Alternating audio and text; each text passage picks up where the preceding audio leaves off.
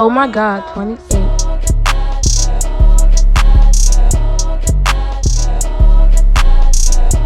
We did it. We did. Welcome back, y'all. I feel like that's gonna be how we start every fucking episode. Ooh, had to wet my whistle real quick. Welcome back to Soul Palate, y'all. I am Dee. Agreed. And we are hydrated officially. Yeah, I don't know why. This whole time we've been trying to do all this stuff, and I did not drink any water. And for some reason, as soon as we started, I was like, "Let me drink this water now. Let me clear my throat." So, surprise!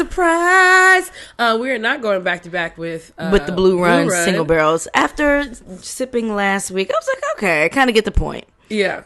So we can circle back to those, but we kind of got the point. So I decided to break out some really fun ones that are like all new releases at Seelbach or yet to be released at Seelbach. So I got 2 honey finished bourbons. Oh. 2 Tokaji finished bourbons. That's a what, Japanese whiskey? No, Tokaji is the Hungarian white wine. Okay. And then we're gonna end it with a white wine finished rye.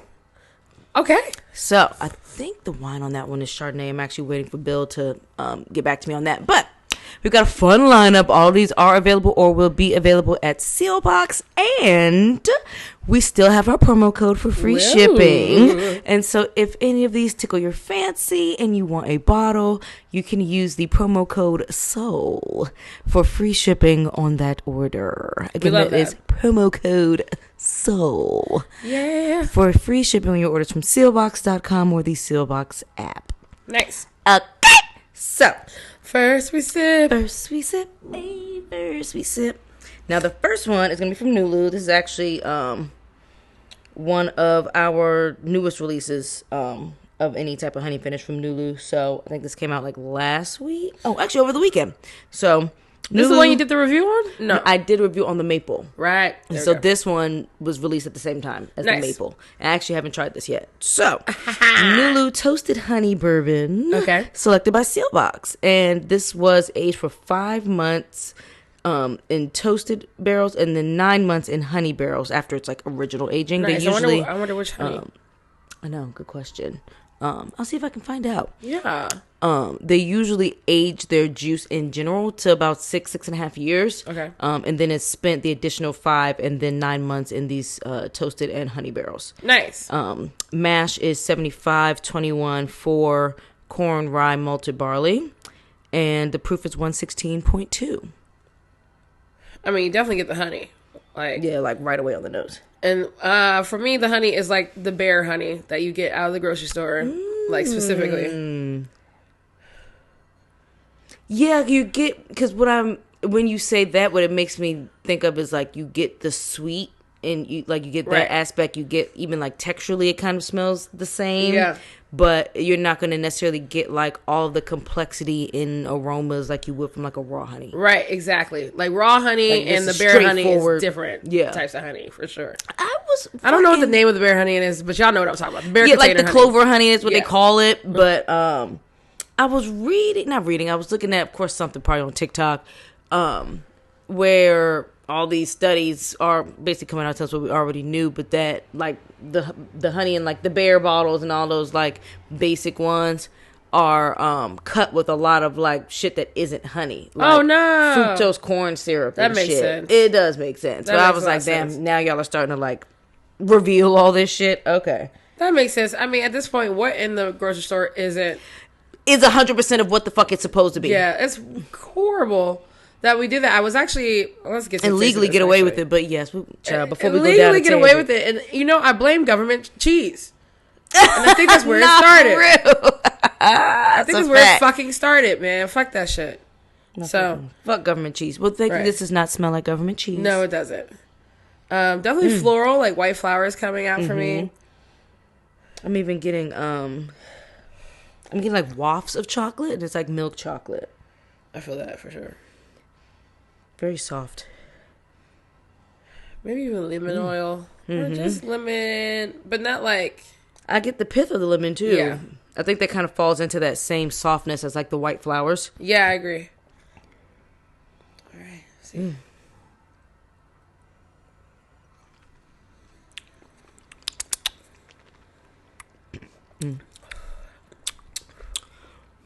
Okay. Definitely chocolatey on the tongue. Mm-hmm. Wow. For me, Chocolatey and honey-y. Yeah. Honey. Honey. Miss Honey. Honey-esque. The chocolate is different types of chocolate too. So like, for me, it like kind of started off like milkish, and then it ended in like that cacao powder taste. Surprise, surprise! That's so funny. I love that so much. Definitely get some baking spice, more like cinnamon. Maybe even some cracked pepper situation. There's definitely like some heat coming through here. I think a lot of that has to do with the proof. Yeah. See what? It's good. Yeah, I like it. I'm definitely not mad at this. Yeah, I'm definitely curious to see what some water will do to it. Okay. We're gonna let her marinate. Yeah. It became more honey to me on the nose. Almost honey, like honey on a cookie or something. Yum. I could go with a honey drizzle over a chocolate chunk cookie.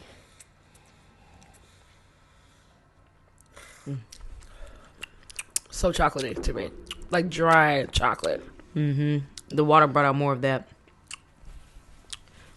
I think this could be such a good sip with a charcuterie board. Earthy funk to it too. Definitely. With some good brie and some roasted nuts and yes, great idea, Capri. Yeah.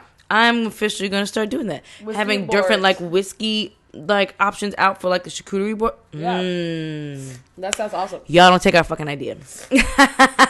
You know, I'm sure somebody's probably keep out here sticking to doing your it. butter boards and your fucking butter boards, chocolate and your boards fucking and your wine on the side and doing. shit that you do. Nah, fuck that shit. Fuck that shit. Leave this to Whoop us. that trick. Get him. Hey. Period. Talk about hanging out in boards. I'm totally free this Sunday before I leave for New Orleans. If you're free, Yay. for a sleepover. Okay. Yes. Yeah. Okay, so you leave what day? Monday or Tuesday? I leave Wednesday. Oh, perfect. Okay. Yeah. Okay. Sunday sleepover. Yeah. Okay, so we gotta check in I with think Erica's be back. Erica. Yeah, she'll be back then. Okay, shout out to Erica having fun. And where is she? Florida? Yes. Florida. Finally got her medicine going. Oh, thank Though God. It's a lot more. Well, sorry, this is not for the past. But yes, our friend is finally getting through to some stuff for her. For her health, yes. For her health.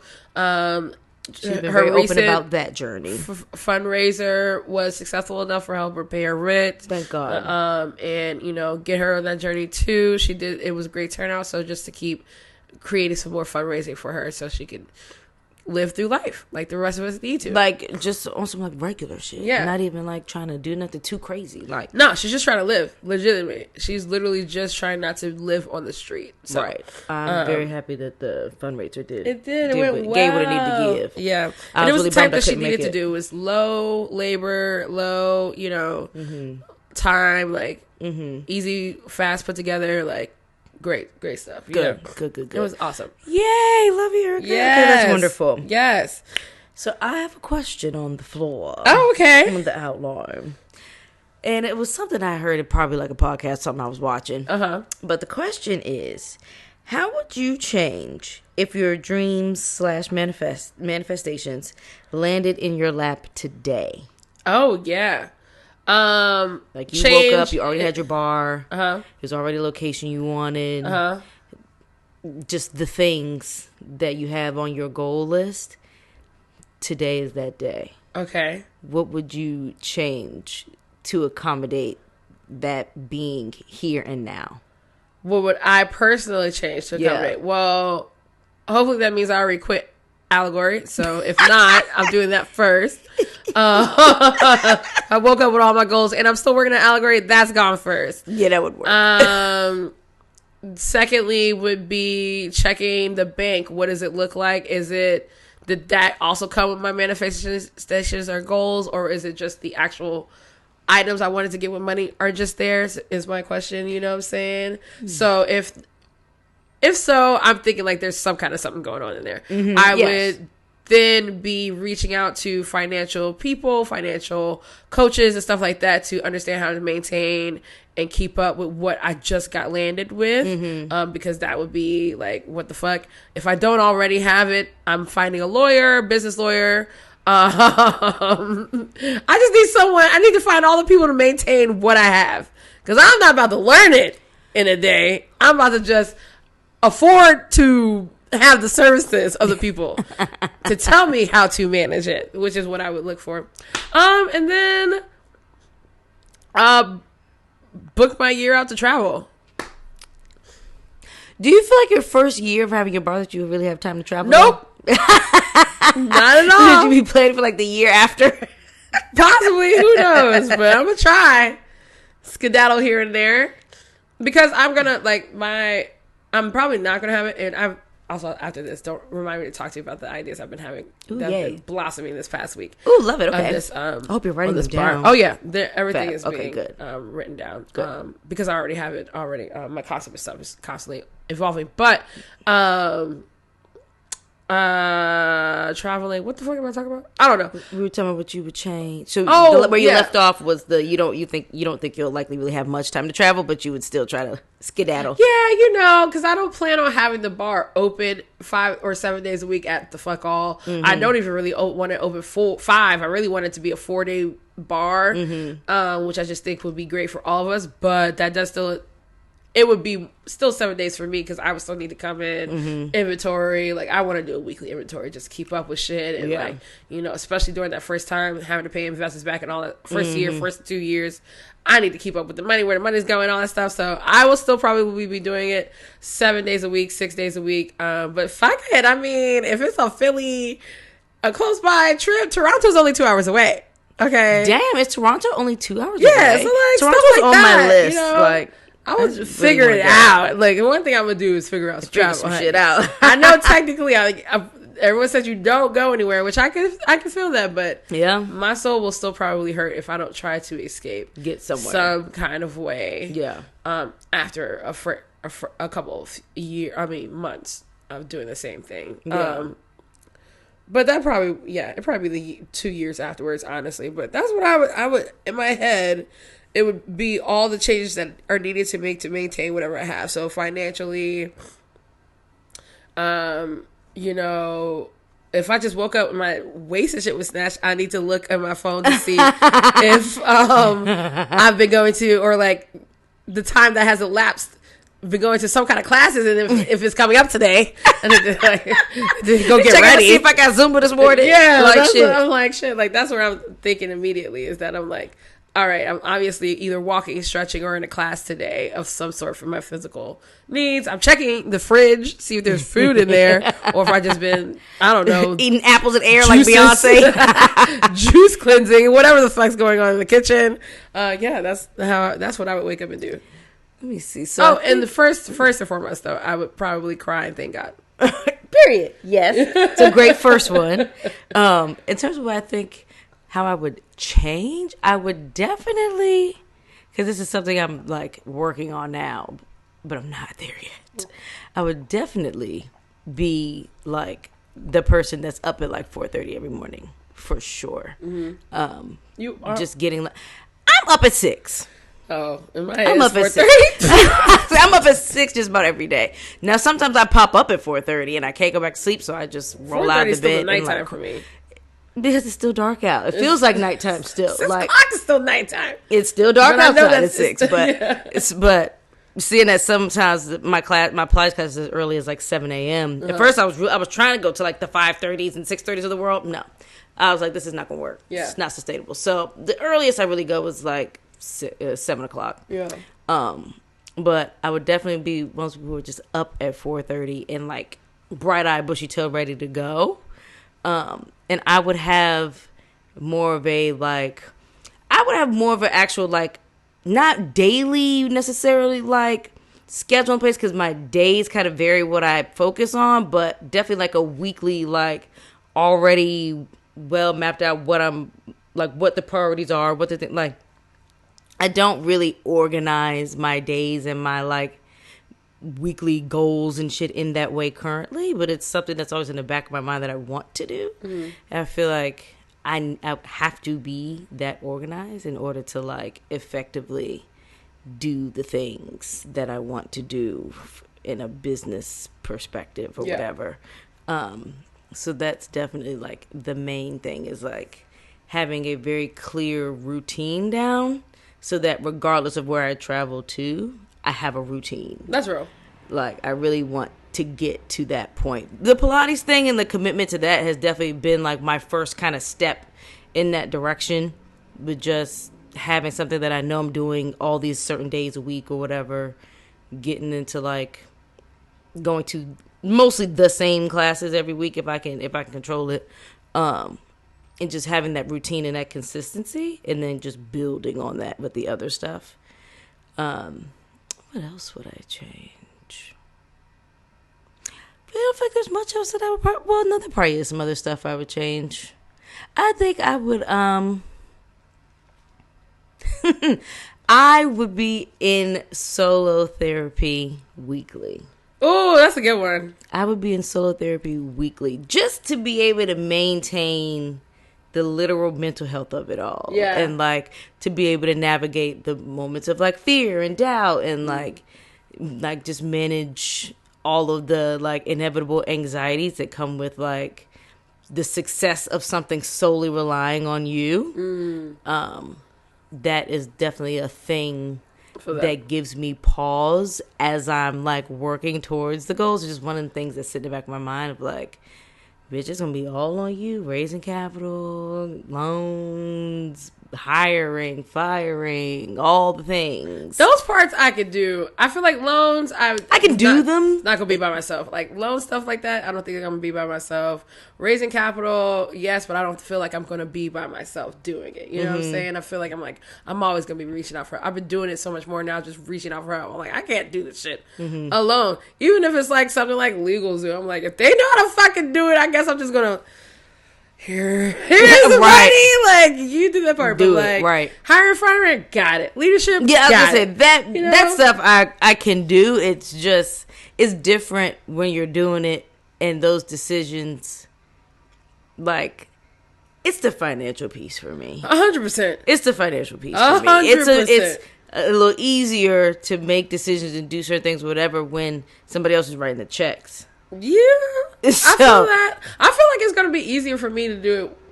I don't know. I guess it's not when it's not my money. I'm just like, woo! It just feels different. It's gonna just feel very different when you write them checks out. That's real as fuck. So it's just I feel like there's just that next level of discipline that I would have to like go into fucking hyperdrive. Yeah, and like. I can't like slow walk the shit no more. I just need a team that is like, what the fuck are you doing?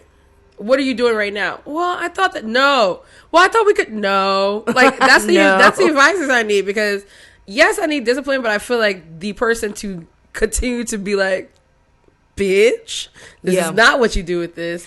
Well, I wanted this type of tool. You didn't need that. Did we? Are we sure we didn't need that? Are you using it? No, it's been 6 months and it's been sitting in the corner of the bar. Like, I need somebody that I'm definitely going to need that business partner that is the yin to my yang, because I still want to be able to focus on the art. Yeah. Like I still want to be able to float and lean into my right brain and focus on the art, because otherwise it's just not going to be fun and I'm not going to want to do it anymore. 100%. And so, definitely it needs that. I mean, if my goals and manifestations are just dropped in my lap today, then that means the business partner exists. Yep. And I'm taking this person out for a fucking drink and catching up on what the fuck I just missed. What happened? What the fuck just happened when I woke up? You're doing great. Wow. What did we have in place? What did we do? Like, so yes, definitely. But I think the major thing that I would change is just that discipline piece. Just really putting that like in overdrive. Yeah. Instead of the slow walk that I'm currently on. Where I'm just like doing step by step, item by item. But that's all you could do. Yeah. But I mean, once it's dropped on your lap, you gotta catch up fast. But like, because it's not, that's all we can do right now is slow walk, step by step type of thing. And like, I've been trying to keep up with my shit. first I used to have just monthly and daily goals on that board. Now it's year, month, and daily because I don't get to that board every day. So at least I can have some of these things put on there. But child, I was looking at the other day. I was like, oh yeah, stretching. I haven't stretched since I put that shit up. That was, I don't know what day. Today is the 29th. And that could be the first thing you do when you get out of bed. It could be the first thing I do when I get out of bed. It's not. It's not the first thing I do when I get out of bed. I get up and I go sit at that desk and do what I need to do, or I go back to sleep. It's either or. But every time I look up, I'm like, oh yeah, that's what right, yeah, right, right, yeah. That's where Pilates really does help me, just because in the house, I'm not probably gonna get up and go to my Pilates ring and my yoga mat and shit like I ideally should. Yeah. Having to go to the studio helps. And doing it in the cold is kudos to everybody doing anything in the cold. I'm like, this shit. I'm waiting till it's springtime again. Leaving out at 6 o'clock in the morning when it was fucking snowy and icy and shit. I was like, oh bitch, yeah, you committed. You're doing a good job. You're doing a good job. Because this shit is burr. And then going back out after sweating. Annoying. I think it's always okay to, know this, to slow walk your discipline. Like if your discipline right now is the Pilates and you're doing so great in that, it's okay that it's not perfect in the other parts of your life. Like trying to be disciplined across the board all at once out the blue is like, to me, impossible. Yeah, no, it definitely feels fucking impossible. The one thing that the Pilates has helped me with is like moderating my alcohol consumption too. Yeah. Because I can't really drink much if I'm getting up at fucking 5:30 to be at class by 7. Right. So it's forced me to be very like intentional with like, if I am going to enjoy cocktails, like I'm going to go to Allegory and go to a bar where I actually know I'm going to get exactly what I want. Right. Make sure I know I'm going to be satisfied. I'm going to be nice and tipsy. It's not going to be off no bullshit. Right. If I'm in the house, I probably will make myself a cocktail, if at all, but I'm usually not going for like a second or a third or anything like that. Unless I'm like, someone's over, we're having a cocktailing, like that's different. But I've definitely scaled back a lot, and like when I'm traveling, I'm drinking significantly less. Usually just like a glass of wine or something like that, especially since a lot of it like involves drinking for work. So by the time I'm done with that, I don't really have the urge to do much drinking anyway because I'd be so tired. That's right. I just want like really good food and good wine. Yeah. So that's like, I think my next little thing that I've been kind of like focused on is just like modifying my consumption so that career-wise this shit can stay sustainable. Absolutely. From like a health perspective. So no, but for real, I really think that like the non-drinking I've been doing recently has felt really nice. Like yesterday, was out with a group of people, and I stayed out till 1 a.m. not drinking. I was like, this is possible. I also was in the company of really great NAs yesterday. Like, we started dinner at Residence. Thank you, Bacardi. Started dinner at Residence. They had really delicious like Mandarin no alcohol cocktail that was so good. And then we went to the Conrad, and I just got ginger ale in the coupe, and they put a lime little zest on it, and it was so cute. Period. And it smelled great, so I was like, this is tasty. And then I did like lemon, sugar, and soda water in a flute, and I was like, I feel so great. Like I'm drinking a 75, but I was going to say it's like the Liar's Bubbles when we're walking around Bar Convent. That was so refreshing, and so it was like that. And then Service Bar had great NAs. Like they had like 9 different choices of NAs on their menu.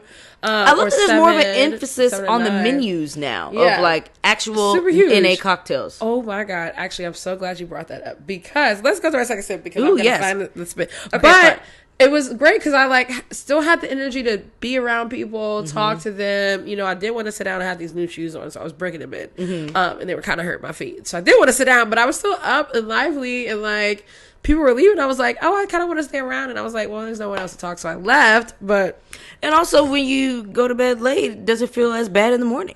Right. That was the main thing for me. I was like, okay, I can lose a little sleep because I'm not drinking really. Right. So I can still get up and function and be all right. Also, my waist is feeling smaller. I haven't done anything, by the way, y'all. I should be covering this part will make a big difference in that, though, 100%. Which is another major part of why I've been determined to scale back, too, because Bitch, I'm doing all this fucking Pilates now. I need the waist to match it. 100%. The cheeks is cheeking.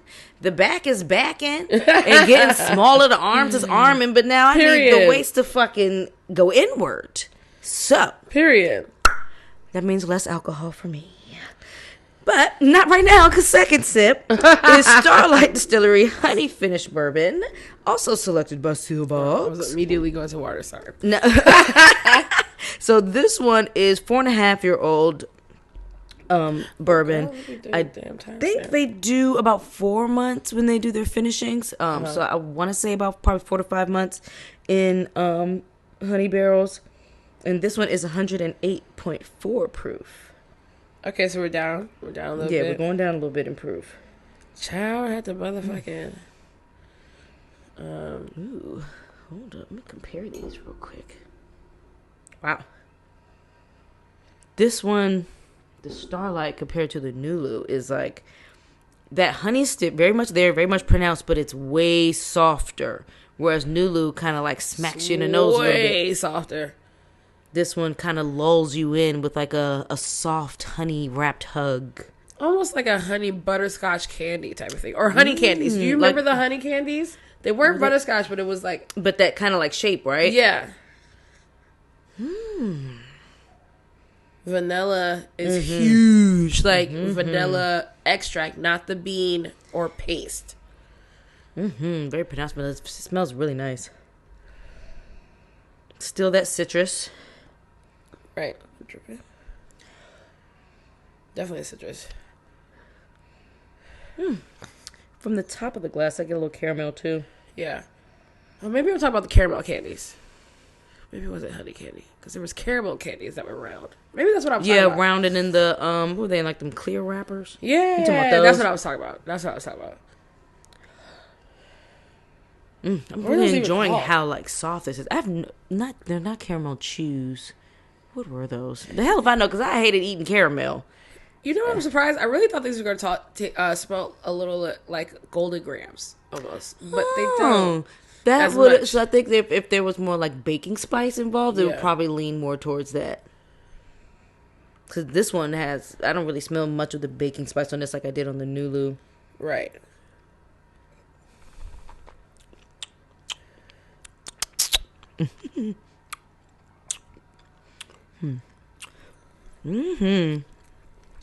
So this, the way the honey shows up on the palate with this one, it's almost like there isn't actual honey in the whiskey. Like, of course, there's remnants from the barrel, but like this sips almost like they literally infused it with honey. Like texturally, yeah, that's what it gives me. There's a certain like viscosity and like mouth fillingness that remind me as if I actually like put honey in my mouth. Pause. I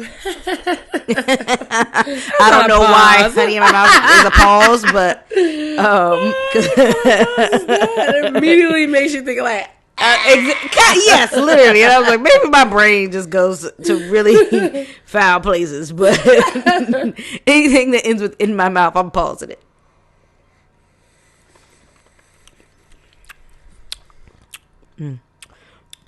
Yeah, that honey kind of dominates. I still get some citrus like peel here. Yeah. Even in texture, like the back of my palate is as if I like bit into like a lemon or orange peel. You know that kind of sensation that the peel will give you? Yeah.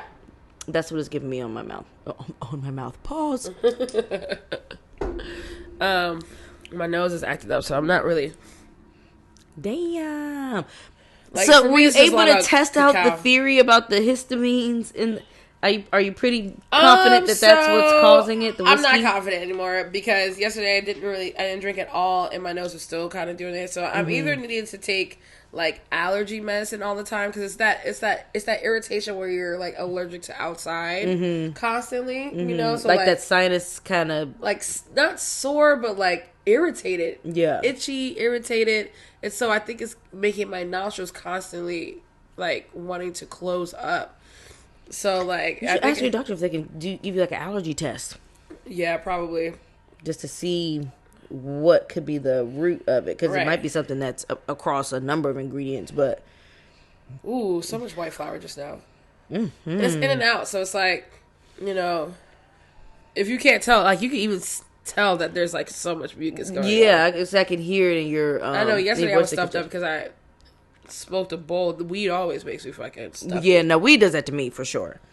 I think smoke is always going to do that. Ooh, but the white flowers definitely came out with that water, right? Okay, that water opened you up. I think that's always a good tell of honey. Yeah, when florality. The florality, yeah, for sure. And I think they and so they actually have like a bee sanctuary on the property of Starlight, which I love so much. That property is just everything. So they the honey and everything they pretty much use is in house, for the most part, like, which is really fun. To me, it's like dry cacao again, like the last one. Yeah, the water dried that chocolate situation out. It actually brought out the chocolate situation because I wasn't getting it on the palate without the water. Yeah. Tell you what, they're both yummy. Yeah, those are really, really tasty. So getting into what I was talking about, we're actually going to go straight into with it or not. With it or not. So over the past week or two or so, a post was posted about a man throwing a cocktail. A post was posted showing how beautifully he throws a cocktail. Mm-hmm. And if you don't know what throwing a cocktail is, it is when bartenders put booze or ingredients in one side of a tin and another, and you take it and you pour it out like this. So instead of shaking or stirring, you're adding aeration to the cocktail. You're diluting it to a certain temperature. Mm-hmm. And it's a beautiful... Yeah, you're basically creating like a stream of that cocktail from one tin to the other. And it's a very beautiful presentation. This person throws sideways. Oh, wow. What the fuck? And shout out to the Flair bartenders. How awesome that this guy is, because a lot of people you'll see go down. Yeah. He's going around. Down. This man throws around. Wow. And like, no. Wow. Oh, I see. Wow. No one does it like this, okay? So this came out.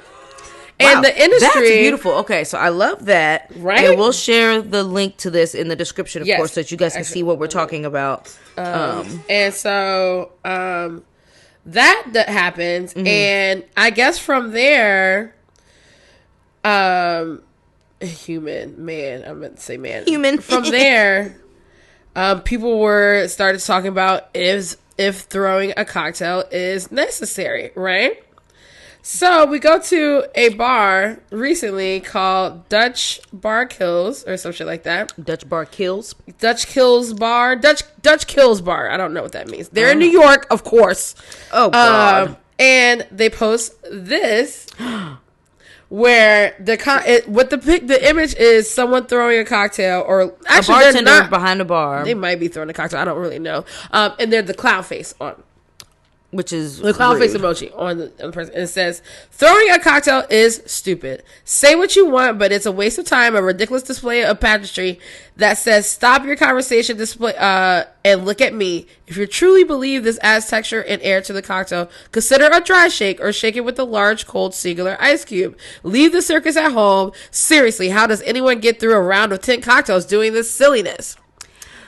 Oh, right? God. So spoken like a true hater. This person does that. And the industry was not playing around. It was like, okay, yes, what were they saying? Some people were like, okay, so putting on a show is okay. Understanding the science behind a technique is also okay. Yes. Not using set technique because it doesn't make sense for your program service flow is also totally okay. Mm-hmm. But saying something is stupid for no reason at all is kind of weird, to be honest. It's very weird. Let's give a hateration. Even nobody behind your bar can do it, and so therefore you rather shit on it than just allow people to do what the fuck they want to do. Like, I'm not a flair bartender. I never had an interest in like all of that type of stuff, but I like rolling cocktails. Like, I practice that at home just because I think it's very pretty. Again, And whether or not it makes a difference in texture versus another method or whatever, I don't give a shit about that. I think it looks really pretty, and it's really meant to be a part of the show. And bartenders, which is nothing wrong with that, right? And there are bartenders out here who their job or their personality is they also like to entertain, right? And I think there's a space for that always. Like you want to be entertained at the bar, like why not? Not everyone is. I go to the bar by myself. I would happily look at my bartender rolling my cocktail and flipping it around in circles and shit. Why not? I clap when they shake. Me too. I'm literally sitting there dancing, moving my titties around so when the bartender does a standard shake. You do like beautiful, especially like y'all gotta see this video. No, especially how this band throws. I would be in there like, damn. Correct. It gives me chills the way that band taking my phone out. I'm giving. It's giving queen, king, however you identify. Coming from the queen herself, Christina Vera. Some of you bar people act like you never watched and enjoyed Coyote Ugly. Even if this was accurate, it's not. Professionals are allowed to choose between multiple methodologies, even if the results in the glass are the same. If for no other reason than bars are experiential, which incorporates design, sound, lighting, ambiance, and yes, levels of service performance. Yes. That said, this was a pretty amazing piece of viral marketing to appeal to aging, bigger bartenders in other city countries who will never visit your bar. Literally, I will never be there. Will literally never visit your bar. And I mean, Coyote Ugly was a perfect reference. That's one of the first references of like a bar dynamic that I can recall since before I was way too young to go into a bar, obviously. But I was obsessed with the movie Coyote Ugly for a long time. Really? Yeah. Now, I would never go into a bar like that today, now that I know what a dirty, grungy, cocktailless place it is. But I definitely was just like very much in love with the experiential, like, idea of it all. Like you go in and it's like this guaranteed super fun time. You're guaranteed to be entertained. The bartenders engage with you and all that type of stuff, even though they're shoving like shots down your throat. Oh well, it's an experience. So I agree with everything she fucking said. Yeah, agreed. Shout out to her. One of probably my favorite comment on there the whole time. If service efficiency's an argument, then why not freezer batch your martinis instead of stir them to sub-zero for 15 minutes a la minute? Is it because putting a skillet on a stage adds value to the drink? Throwing may not work for your bar, but it keeps the tradition and language alive held by Cubano and Spanish cocktail making, and not to mention centuries-old tea-pulling methods across India and Africa. For a bar that champions the history of a cocktail artistry, such as Dutch Gill's Bar, which is the place that posted this, I find a gatekeeper post like this a bit out of left field. So, like, you'd say that you're such a cocktail artistry person, but you're going for a technique that's centuries old. Right. And it's clear artistry. And then, without belaboring the science behind this method, which is heavily debated already here, it goes without saying that the theater of the bar experience is just as important, if not more, than the drinks themselves. Right. The confident execution of shake and stir methods, building efficient rounds, how the bartenders move effectively as a team, it all brings the room together. The throwing technique is just another way of signaling the idea while bringing a bit of history and character to the space. Exactly.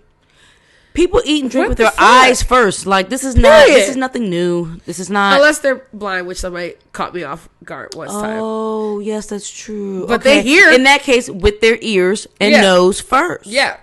I mean, we just moved down the sense line here. But literally. So if you're not seeing it, then you're going to hear the activity. You're going to smell the aromas, hopefully. And so, yeah, you have to create all of that around the experience. You don't just... Ciao. There's some haters. Let's give a hateration and holleration in they dancery. So not only did they hate on that and people went all off for like, oh my god, what's going on? They did another one which got me back to see non-alcoholic on the menu and stuff like that. Here's the Dutch Gill's Bar. Oh god, okay.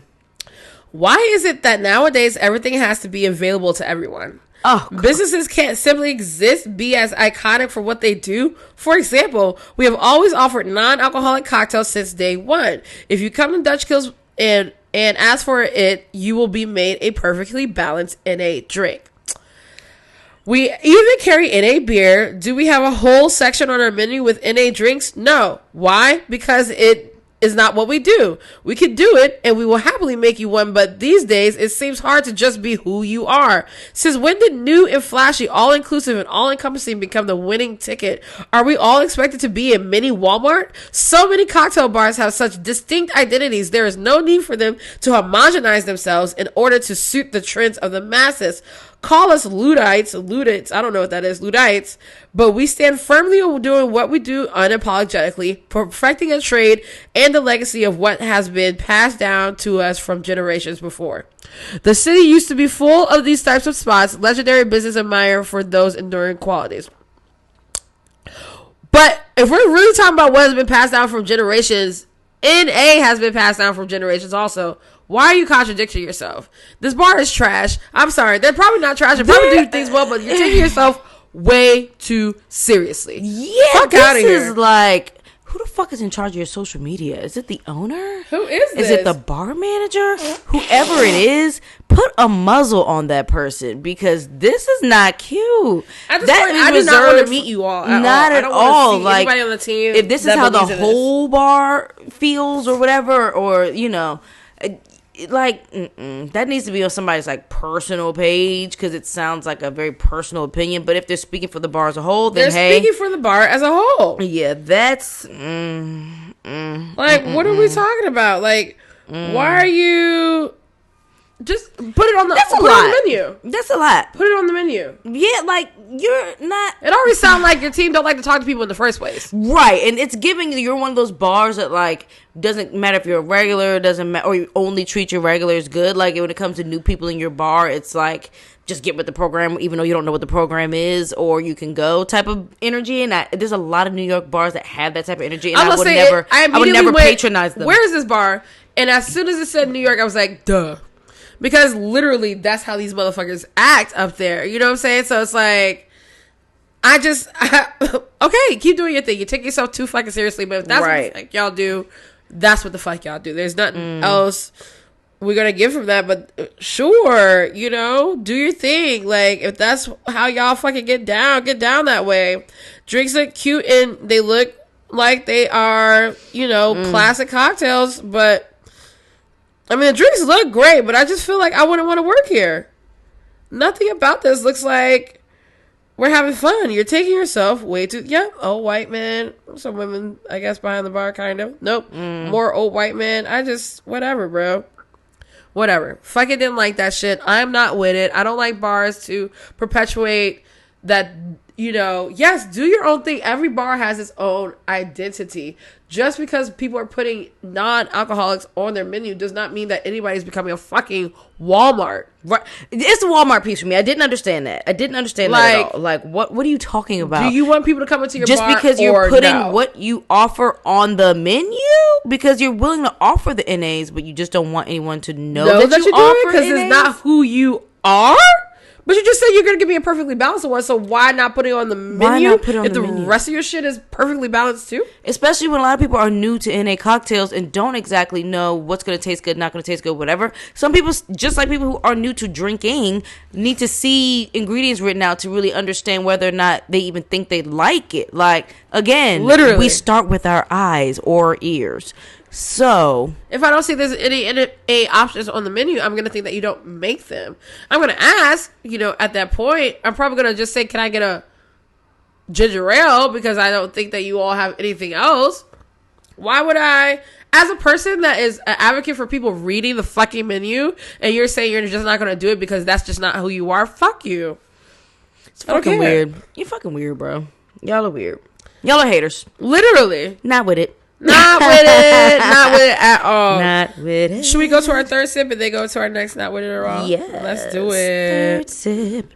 Okay, so we've left the honey realm and we're entering the wine realm with Penelope's Tokaji finished bourbon. This is a breaking the seal release. So basically this is a collab pick between us at Seelbach and Breaking Bourbon. Great color. And so this one is 6 years old. It spent 4 months in a Tokaji wine barrel. And again, Tokaji is a Hungarian white wine. It can be made sweet or dry.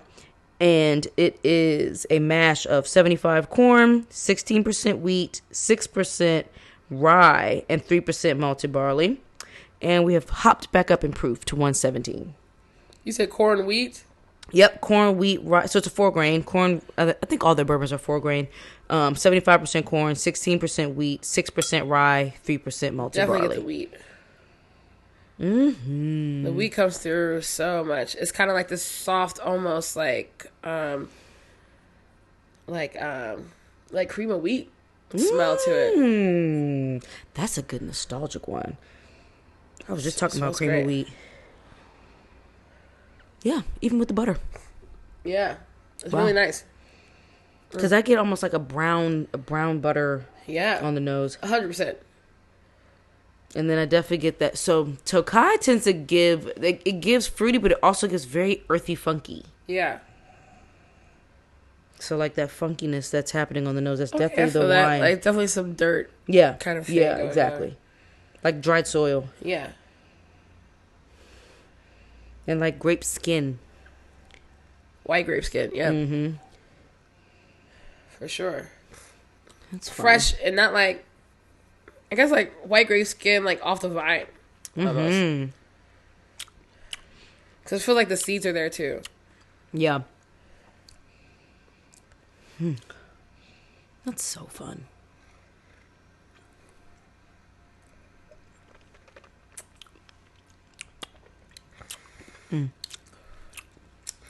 Yum. Okay. Yeah. Yeah, I like this. That is cool. It's I need water. But Yeah. it's like dry Yeah. and it's woody, but lightly. Yeah. Almost foresty to me. Yes. Like down to like the trees, the leaves, all the things. Yeah, it's good. No, it's good. It's giving me that same like earthiness that I was getting on the palate, but more like it's not just soil. Like I feel like I'm kind of standing in between a bunch of trees and shit when I sip it. Yes. Caramel came out with the water. Also like a coffee Ooh, coffee kind of aspect happening here. Literally, almost dulce de leche too. Fuck the caramel, dulce de leche on the nose with the coffee. I had a great dulce de leche dessert last night. It was so good. Ooh, that nose, yes. I actually got a little sweeter too on the nose with water. Yeah, that's where I'm talking about the dulce de leche. For Yeah. sure. See, that coffee translates to the palate too. I can smell the coffee.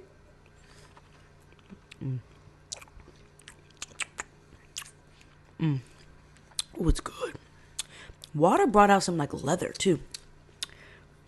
Ooh, when I breathe out after the sip, like cinnamon, like cinnamon, ground cinnamon. Yeah, because it's like that cinnamon that can almost numb your mouth. Yeah. Ooh, I can smell it on the nose too. Ooh, yeah. This evolved. I think that nose is my favorite part of that. Yeah, this For is lovely. sure. It's gonna be interesting to compare that to the Starlight. We go back to Starlight, but also Tokai after this one, so it'll be interesting. Love that. All right, so I follow this page called Not Just Another Sex Podcast or something like that. And one of the things that they brought up was women having casual sex.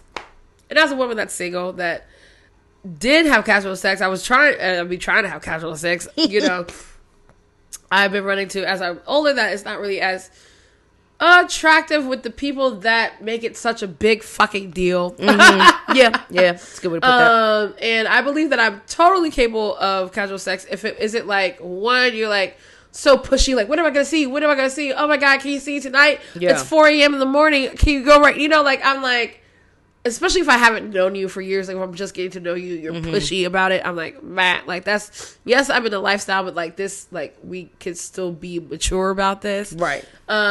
Or I'm not with it if you're just like a wishy-washy ass person, which I just ran into, which is he was honest with me. I gotta get over it. He was honest with me, which I asked for, but like he's still being weird. So it's like, Oh, who were we talking about earlier? yeah, Okay. like I just feel like that could have just been a casual situation, and he made it such a big deal. Yeah, he was trying to like push this non-casual thing. Yeah, which no. And so I just wanted let's see what this post says here.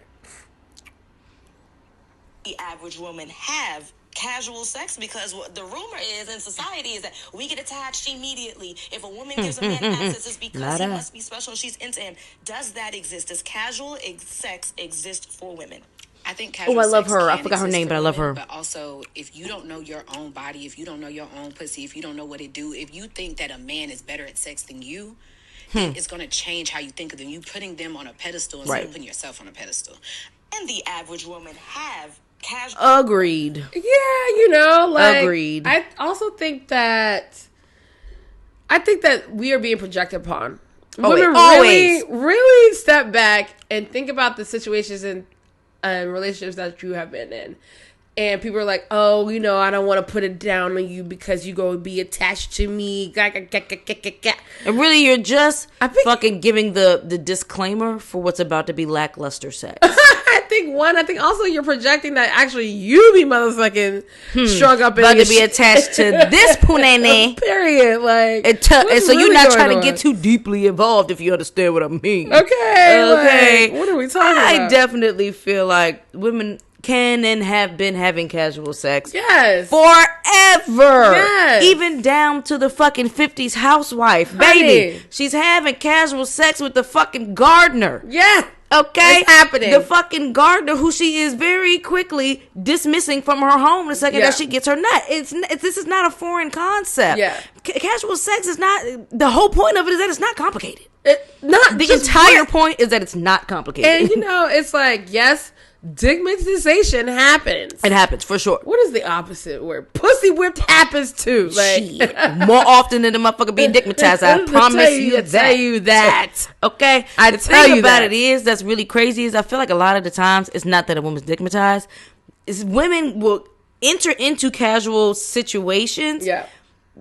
A lot of times with the intention of making it more, and they think they can do that through sex. And so emotionally, they're still going in it with an expectation of wanting more. That's real. But then front-facingly saying they're okay with it just being casual. A lot of women do that because they still want the guy. Yeah. And they think, oh, once I put it on you, you're not going to want to go nowhere else. And they have that attitude. And when the dude is still out here, outside...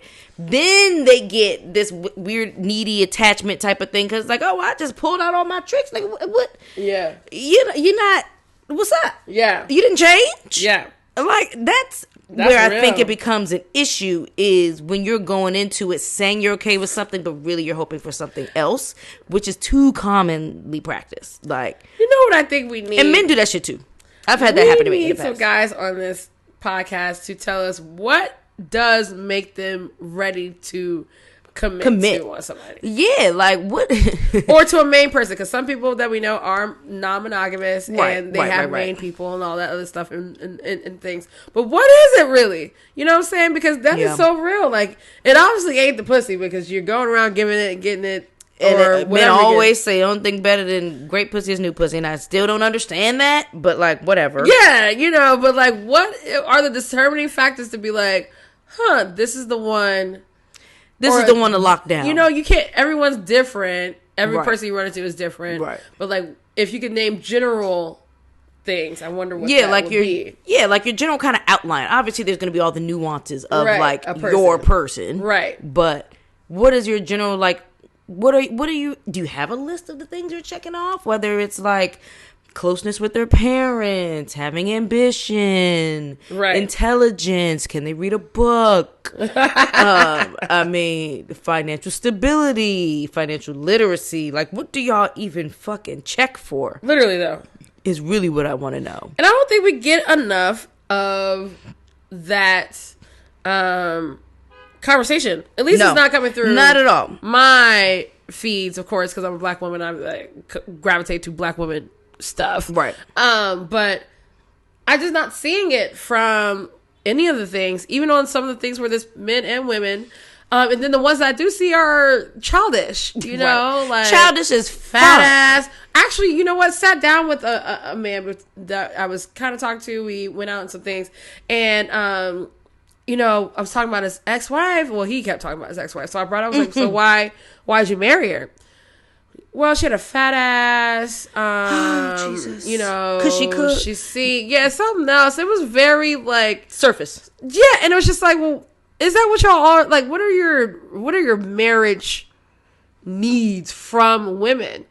Don't be the needs to be. I mean, you can be needs to be submissive. No, you can do that, but like, I really, truly want to know, because y'all niggas just be out here marrying anybody and then fucking around. So I would be so confused. Definitely want a guy on the podcast, because I'm so confused. Why is this actually might be a great one for Clive, because he's been married before. Yeah, it's true. My thing is, just like to your point that you just said, their checklist for what makes an appropriate wife tends to be very fucking shallow. And there are a lot of women out here with really shallow lists as well. They want a height requirement. They want you in the gym. They want you to fucking make enough money to take care of them and yourself, even if they make their own money. Like, yes, a lot of women out here have very shallow lists as well. Yeah. However, .org, it seems to be more commonly so that men's lists for qualifying a wife is like, I don't even know what's more shallow than shallow. Like, all you have to have is a fat ass, know how to cook something without burning it, remind them of their mother if they like their mother, and be willing to at least pretend to submit to them. Right. Because most of the time, we're not submitting to y'all niggas. We are allowing you to think it was your idea. But it was our idea hours before we had the conversation. 9 times out of 10. Right. But so at least be willing to let you and your ego think they were submitting. You can check them things off. Oh, and know how to suck their dick like a straw. Right. If you can knock them things out, 9 times out of 10, if they're looking to get married at all, they'll probably marry you. And to look like something to their friends without looking too much like something to the point where their friends hit on you. Because like, there's what that are you talking about? Which is why women will pick a medium ugly nigga. Literally, though. Which I think is the funniest thing ever. I've dated across aesthetics, so, but I was never a person of like, oh, I want my medium ugly, so not too many people are into this. Like, no, I definitely had a phase where I always wanted pretty niggas. Like, that's real. Didn't really care about. I've never had a type. People and guys. Yeah, my type has changed over the years. Like, it's just always varied. A type. Like, always. Like, I've like could line the people that I've been with and been attracted to up, and people be like, determining factor, I would say probably musician and glasses. Right. Like, it's probably more of a personality thing than an aesthetic thing, if there's any consistencies. Literally, like, that's it. I've dated an Afghan guy. I've dated plenty of black people, all shades. I've dated a couple of white guys before. Big, tall football players. I'm gonna try the white guys for sure. So I've entertained half white women before. I've entertained white women before. Half white. Yeah, it just varies. So yeah, I don't have like a have set not type. Been enough in the. I mean, I've made out with little groping here and there with like Latin. Yes, I've dated a Latin guy before, but never a Latin woman. Yeah, I really definitely want. Yeah, I've never a little bit more in that. I'm not gonna lie. Yeah, need to go back to Colombia. They loved me there. They did love me there. They were fine. Yeah, I've never been with a Latin woman. Yeah. Well, been there, done that now. But I've dated femme women. I've dated more masculine women. I mean, there's no set type. Right. Literally. Yeah, I really feel like unless you really try the flavors, you really don't know what you're into like that. If you keep yourself pigeonholed and I'm only into this type of person, you really have no fucking clue what you like. And that's very limiting. And I don't like limits like that at all. Got me fucked up. Right. It's very silly to think that a woman can't have casual sex. Just cut it out. Cut it out. And also be honest as a person, male, female, whatever. Be honest if casual is really what you want. Yes. And be honest if casual is not what you want, and be okay with letting that person go if you guys' desires don't align, because you really just set yourself up for a bunch of inevitable drama, disappointment, and heartache after you lay down with a person when you could have eliminated all this from jump and not regretted giving your parts out. Yeah. Legitimately. Now you're exchanging energy with somebody and you regret that exchange, and now there's all of this negative energy swirling around the experience, and it's just not fun for anybody. You know what? I might hit up that nigga tomorrow because I definitely need some. You know, That's real. And this person that said I wanted to be their friend, I think I'm just gonna let them know I don't want to be friends. Like, I feel bad about that, but sir, I think you maybe I overstated when I said friends. Yeah, I mean like acquaintances, you know, like distant ones, just distant. You know, we had a plan to go to an RB thing in March. Let's wait till March to talk again because I have enough friends. I'm just not on these apps to find friends anymore. Friends with benefits, but the benefits are not taken away, so I don't want that anymore. Right. No. Yeah, definitely not trying to catch your woes every day. Oh my text, God. Like, I'm sorry that you don't have anybody else to talk to. The shit happening in your life. To do that. That's very like, no. You just need somebody to dump all of your negative ongoings onto. No. That's not hot. It's not hot. It's not giving Not at all whatsoever. Whatsoever. So, but yeah, I'm with women having casual sex if they know what it's about and being honest about that with themselves first, and then in the situation itself. I know that I can do it, but like I as I'm getting older, it's casual with a connection of humanity. Right. Like, are you a human? Does what you say annoy me or not? And yeah, let's do it. Let's have a good time. I think that giving people great orgasms and sharing that with each other should be fine, and we can go on with our lives. Like, it doesn't have to be. I mean, yeah, definitely like connecting with somebody on the deeper level, spiritual level, all that stuff is awesome. Don't get me wrong, but like, I don't have to do all that. But these niggas, I don't think none of them really know what the fuck they want. They don't know what they want, and that's the common denominator there. People, period, out here don't know what literally they want. I was just talking to my girl and her man. They're on field, you know, looking for either like a third or couples to be with, and they told me they're going through the same shit. And I'm like, people don't know what they want. I think it sounds hot and cute, and they're like, "Ooh, I want to be kinky and weird, and you know, this is who we can be." And then they get in that situation, they chicken out, and it's a waste of time for the people that really are in the fucking lifestyle. Yeah. But it's like, okay, so as a person who's like not in the lifestyle, right? What advice would you give a couple who likes the idea, sounds good, but like how do they get their feet wet in order to like really know if they're about that life? Is it like going to sex parties? I was about to say, I think personally it is about going to sex parties. Yeah.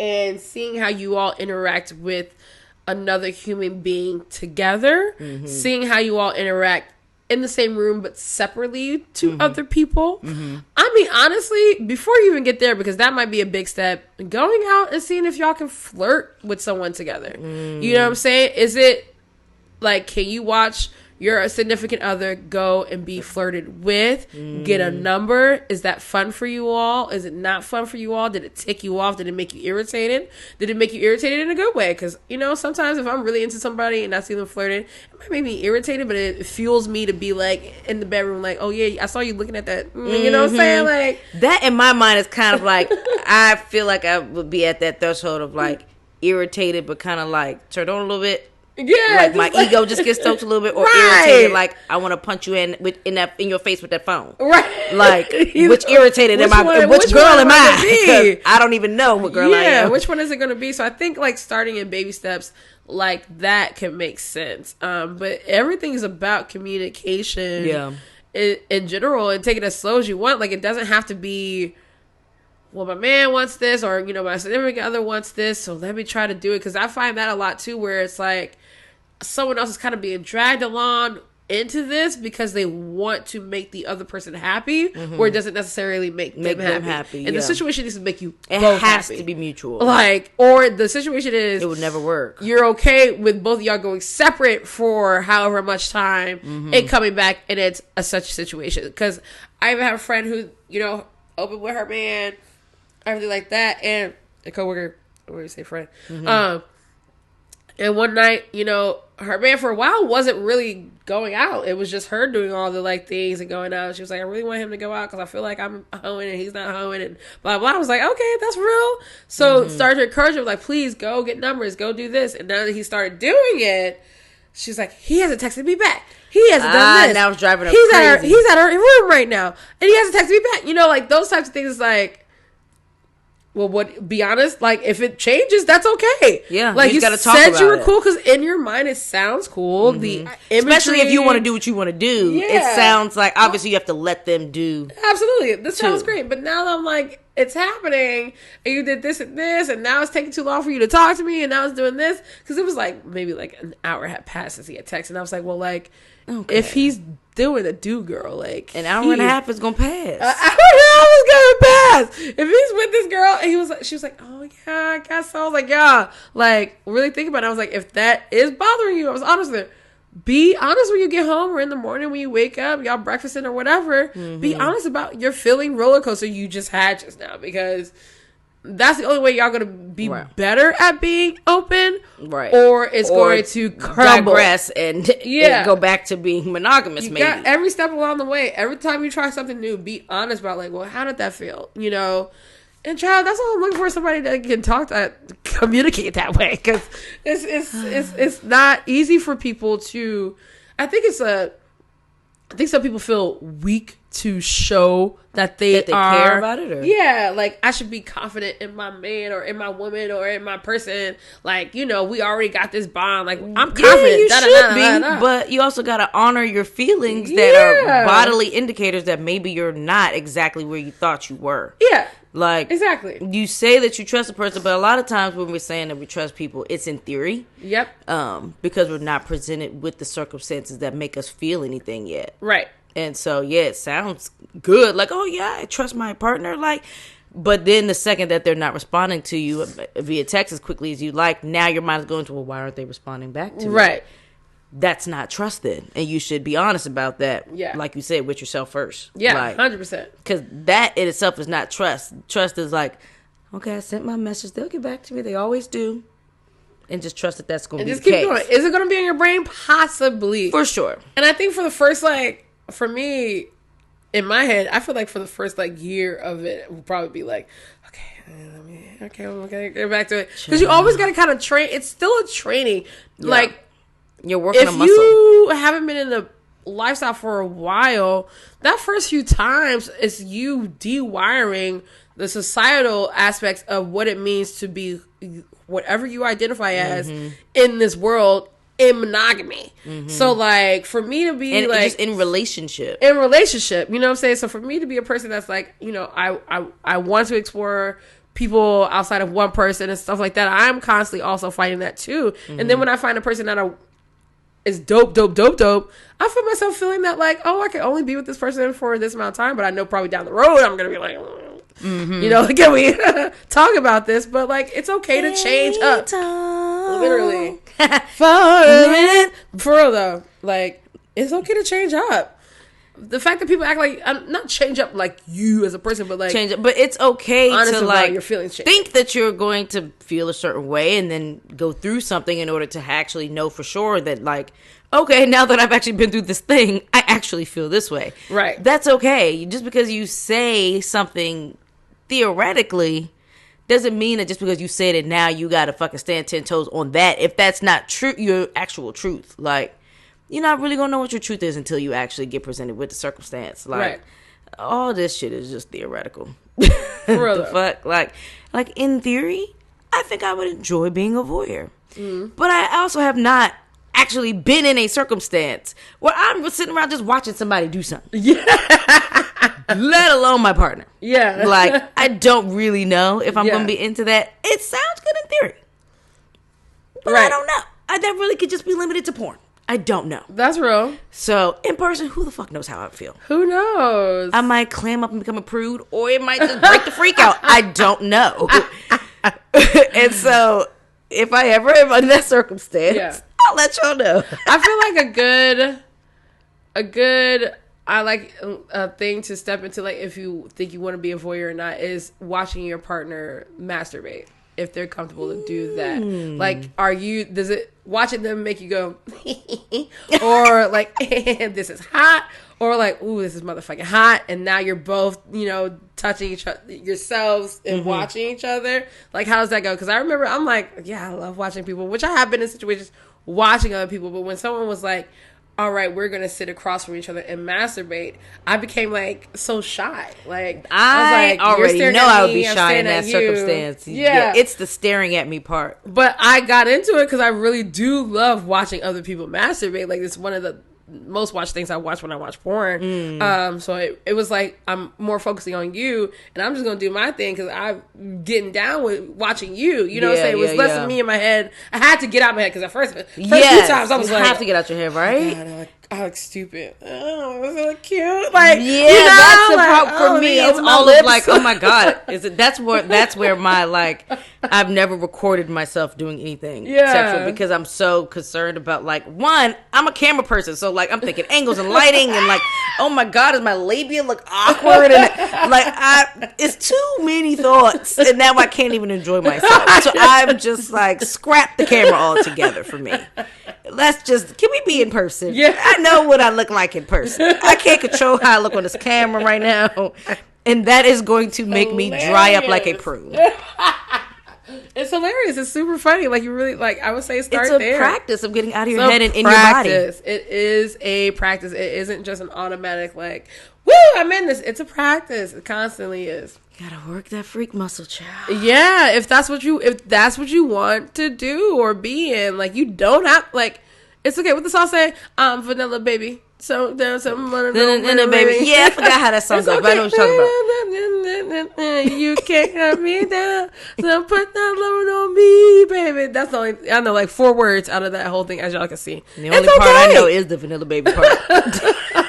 It is fine to be there. Like, y'all don't have to. You don't have to be the freakiest motherfuckers. Right. And you damn sure don't have to do it just to try to hold on to a motherfucker. No. If they're making you feel that type of pressure just to please them and they're not getting anything out of you being pleased by the process too, that's already a red flag and you're probably not compatible to begin 100%. with. Because, no. Mm-mm. You have to care about my experience. Right. From beginning to end. Otherwise, this is a waste of my time. Legitimately. I am a giver, but I am still a Leo. And so therefore, my willingness to give and do the things is definitely contingent upon how invested I feel you are in my experience. Because I already know what I'm coming to the bed with. Okay? So you got to make sure you give a fuck about what you coming to the bed with. Right. Before I go breaking out all my things. Period. Because I ain't just giving up my motherfucking tricks for free. Well, shit. I know that I'm loving these trips to the sex store that end up in me just having more toys. Right. Like, the drawer get turned into a closet. Okay, like, let's go. I'm ready. I cannot imagine like you bringing someone over and like you just pull out the drawer. I was like, look, all these honey, fun things. It's so many, not so many, but it's cool stuff going on right now. Yeah, I'm happy about it, honey. I'm definitely a toy advocate. Yes, but I mean, like, I feel like also toys come after getting to know them in the regular sex style. You know what I'm saying? Like, have regular sex. And I don't want to say it like, have regular sex. Like, regular sex is great. Regular sex is great. It's all about, as long as you get a nut, it's great. It's exactly. Regular sex. So, but I'm saying, like, having sex without toys and just how you think you would have sex and then communicate about that sex. Get better at that and then bring the toys out. Right. Toys are just enhancers. They're, you know what I'm saying? Meant to add to the experience. That's meant to add, not be it. Add to it, for sure. Don't be it. Add it. Period. I like that. Okay, well, now let's do our next sip. Yes. Oh, wait, they're both Tokaji finished? Oh, that's cool. Yep, we got 2 honey, 2 Tokai, and then, so basically Tokai, 2 honey and then 3 wine finishes. Because I think the last one is like a Chardonnay or something like that. But, so our 4th sip is going to be Starlight's Tokai Finish Bourbon, also selected by Seelbach. This and the honey was released at the same time. Okay. And this one is a 4-year-old, and again, I'm gonna educatedly guess around 4 to 5 months in a Tokai barrel. Okay. Because they don't say. They don't specify it. And this one is 109.5 proof, so we're back down in proof. Ooh.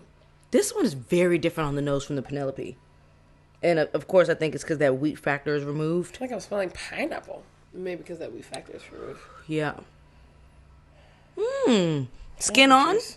Like the pineapple? Or the juice? Yeah. Skin on. Oh, you know what? Yes. But also I'm getting some sort of vegetal aspect too on the nose. But I definitely get the pineapple juice, warm pineapple juice at that. There's a little bit of chocolatiness on the nose here too. Yeah, for sure. Cacao nib for me. Mm-hmm.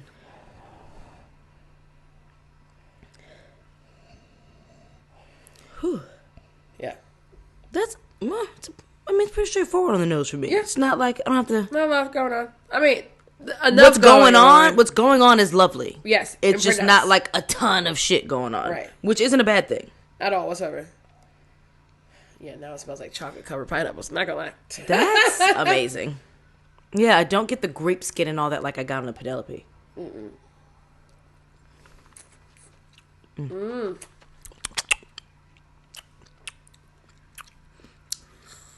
Though I feel like the wine is more pronounced on the palate than it was on the Penelope. Way more. Yep. This one drinks a little hot for 109. You could taste that wine finish. This like is this, nice. A little bit of wine juice was left in that barrel. Mm-hmm. Which knowing them, it might have been. That's nice. That caramel's there. It's like a tobacco-y kind of vibe here, a tobacco leaf kind of situation. Chocolate still. Mm-hmm. Dry powder of the chocolate. Mm-hmm.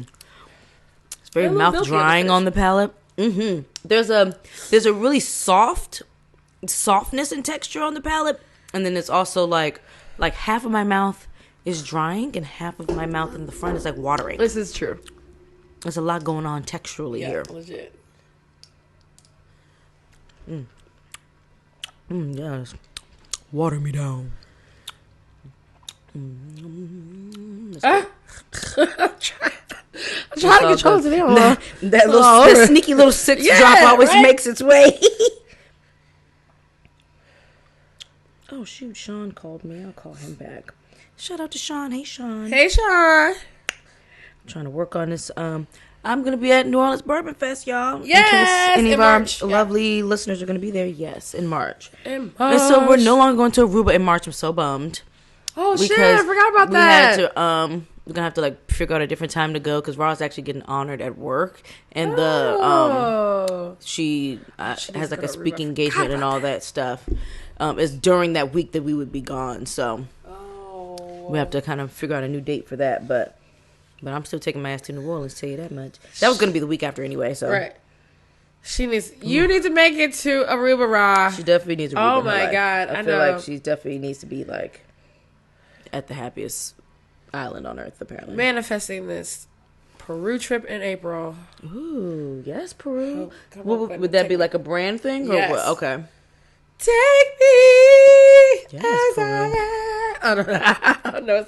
Or I'm done. What song is So Take Me? What is that song? It sounds familiar. Ooh, child.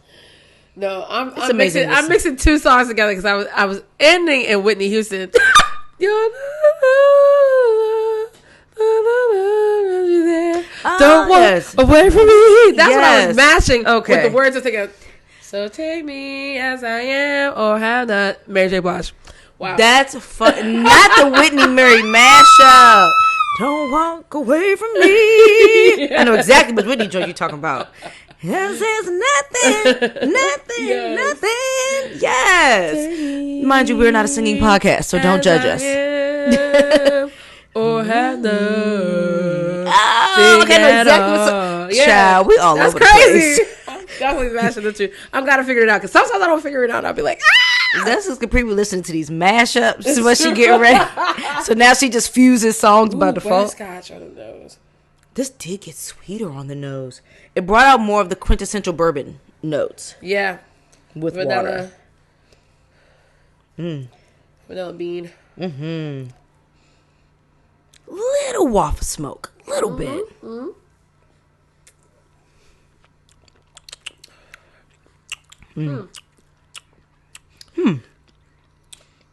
Chocolate wafer. Yep. With the chocolate filling. Yeah. Very light, airy, and like specific. The water kind of made the wine aspect a little more subtle. Mm-hmm. But that first sip was like, I tasted the wine, I'm sure. Yeah, way more of Really that like cool. smoke, pepper, chocolatiness came out with water than the wine on that. Period. That's interesting. Yeah, West Tea. West Tea. We gotta have to figure out real songs for this. Right now, we need like an official jingle because we Gee, just where be you at? singing. Gee, where you at? Child, somebody doing job interviews, honey. That's great. Living for this video. Okay, yes. Because shout out to Meg. She was first off giving looks. She did Shibari for in the days. video. She had anime That's references. anime, right? Okay. Shibari is actually when you're tied up by ropes. That's the bondage thing. Yes. Oh, that's why I've heard that before. Definitely heard that from you. Okay. Yes. Super. That's so funny. Y'all are both Aquarius. Y'all are both into anime. Y'all are both into like the ropes and the Shibari It's stuff. like, girl, honey. Child. She just always went in my heart. And I was telling somebody, I was like, I be on Megan when she first comes out with everything. I'm like, yes, and then I don't really revisit. So like, you know, it's I'm the that's same. only I'm the thing same. that happens with me and her music is that I don't truly. I revisit the Tina Snow modes. Yeah. Like, because not every song Honey. on every album is given Tina Tina Snow. Snow. But Yes. if I'm going back to something, it's that energy. Yeah, Because legit. she in my playlist, but it's Yeah. all the Tina Snows. Tina, okay, and Tina's was in my playlist. showing you when and when not, and how she was Tina Snow and not Tina Snow at the same time. If you watch the video when she Ooh, was child. blonde and white haired, she was Tina Snow going off on you, motherfuckers. It was a chest hit for me. When she walked through that door, I was Yes. like, bitch, with that flat tummy. Bitch. Honey. And I don't give a fuck if it's surgery. I don't give a fuck if it's gym. I don't think it's I don't sur- give I a don't fuck. think it's surgery. Everybody keeps trying to say she did surgery this, but is pushing this gym thing that. I think if she When went did she- under the knife for anything, It doesn't who matter. fucking cares? We see that you in the gym, bitch. She's always been in Hottie Boot She's Camp. been doing Y'all her work. saw her go from eating meat to being vegan, bitch. Don't play with my girl. Please stop playing with her. Please stop playing with her growth. Please stop playing with her Do growth. not play my girl. That has been all natural happening. I mean, if she did The go ass whatever, always but been assing. it's been a natural growth. She's been showing you her sweat checks. What are we talking about? Y'all really gonna cover my girl like that? She didn't even need. She wasn't even that big to go under the knife to go to do any of that shit. Right. I'm sorry. Right. I don't think so. Like, I feel like if she did anything, like, I don't think feel so. like what could have been a possibility, which I don't believe it, but maybe a little lipo, maybe. But she didn't have a bunch of stomach or anything to begin She with, didn't. so I don't understand what she'd be Other pulling than from. that, that's what I'm saying. It's not giving BBL. No, it's definitely still natural. Titties look ass. the same. Natural tits. Like, I don't get it. But talking about just a little segue here. If y'all haven't listened to that fucking listen to the song. Watch the video. You can listen to the song, just audio if you want to, but you need to watch the video because the motherfucking brain visual. So it was the visuals. The brain video, was the so- brain visual was the like piece de resistance for me. It's so good. I was like, wow, This is so. This is good. really beautiful. Because at first I was done. like, "Oh, she really doing the snake thing," and it came out to be a brain. I was like, yes. bitch." I was like, damn, shout out to whoever like her team is who handles like her visuals and stuff. the looks were looking just the simple poses. No need for all the dancing. Laid like, up with the cocktail. honey. The cocktail was so cute. It was so cute. Did you see Erica That time was Badu amazing. posted that? Yes, I know. That's Her how you. Houston sister. Period. That's how you know. Come on now. If Erica Badu standing beside you, bitch, you already know. You stand already know. beside her. But Stand to go back beside to just a little segue to under the thing or not, Gucci's wife recently posted Keisha Kaur. Shout out First to the off- girl. Ooh, yes. All right, honey. It's a Well, little- we knew Shawty was skinny. She been about that skinny. and her life. comments was not playing around. Like, these look nice. They was going on her for the These ab, look nice. for the rib showing. Yes, for the rib showing, honey. Now she's done surgery and also works out. Yeah. you could when you got the rib showing and shit. That's some other stuff. She's like, everybody's like, y'all, please don't stop using your tea. We know it works. Somebody say you get high on your own supply at this Somebody point. said stop using your tea. It's okay to eat. It's okay to eat. Don't do the tea today. She probably is doing her Lord. tea every day. She might be drinking that motherfucking tea every day. I mean, she's looking. Look, I mean, body's body. the ass is I was assing. very happy she even put these posts out because she's in a bathing suit. So Keisha Kaur, Gucci Man's wife, Yes. put out these bathing suit photos because I had never seen her without clothes on. I'm not That's gonna true. lie. She's always in like, and it's Fully usually skin clothed, tight, but it's almost. always Not fully fully clothed, but, like, covered. yeah. Like, it's usually something head to toe, whether it's leggings, whether it's the dress, whether yeah, like it's like even this had like cutouts on it, but it was but it's still full body. I get what you Yeah, like yeah. I guess that's maybe just her comfort zone. Yeah, but I mean, still, yeah. I mean, she looks bomb always. That's always. Shirley looks. Kiora is always on it. Okay, always on it. Okay, but now so we got this Nicki Minaj misogynist piece. Yes. So I mean, the quick answer is yes, but we already know, honey. We already know. Minaj is overreacting to Meg Thee Stallion because she knows that men don't like her. Nicki Minaj has always been a boy's girl, and for a long time, I thought it was a survival tactic. She's never been a girl's because girl. she's in a male-dominated industry. Listening to Bigfoot reminded me that not only did she help First of all, that was a flop. misogyny, she revels in it. She is using her beef with Meg Thee Stallion to warn other female rappers to respect her, but also to help rally men around her. Why is this woman so comfortable body shaming and talking about this woman's dead mother? She when the emphasized that shit. And the reason why people are protecting her is because they're like, you shouldn't bring family in it. She mentioned a law that your husband has to abide by, and your retaliation is your mother is fucking dead. Also, Meg's mother was a rapper, so the deference that Nicki Minaj is begging Meg Thee Stallion for, she is not giving to this dead woman. Everything in that diss track was about the men that she slept with and information that men were already teasing Megan for. Honestly, to me, it made her sound very old, like, you hot girls are out here sleeping with the men. Mind you, Remy Ma released an 8-minute diss track detailing that shit was long. I couldn't listen to the thing. About Nicki Minaj, including conversations that she had with her ex Meek Mill. And Nicki Minaj's response was very similar to what Meg Thee Stallion did in his. Do you know why? Because men respect and support Remy Ma. Nicki Minaj is a perfect example that women will often be the first misogynist that you encounter, particularly at work. There's no coincidence that the minute she went on maternity leave, women in rap exploded. When she returned, there was nothing she could do about it, and now we see her lashing out. Honestly, listening to that diss track was disgusting, and it hurt so much more to hear it coming from a woman. All she did was confirm male bias and hate against black women who are strong, in control of their sexuality, and who are confident in their speech, all to protect her husband, who is indeed a sex offender. Hello. Like, I like how everyone, it don't matter what walk of life you come from, male, female, gender non-binary, gay, straight, doesn't matter.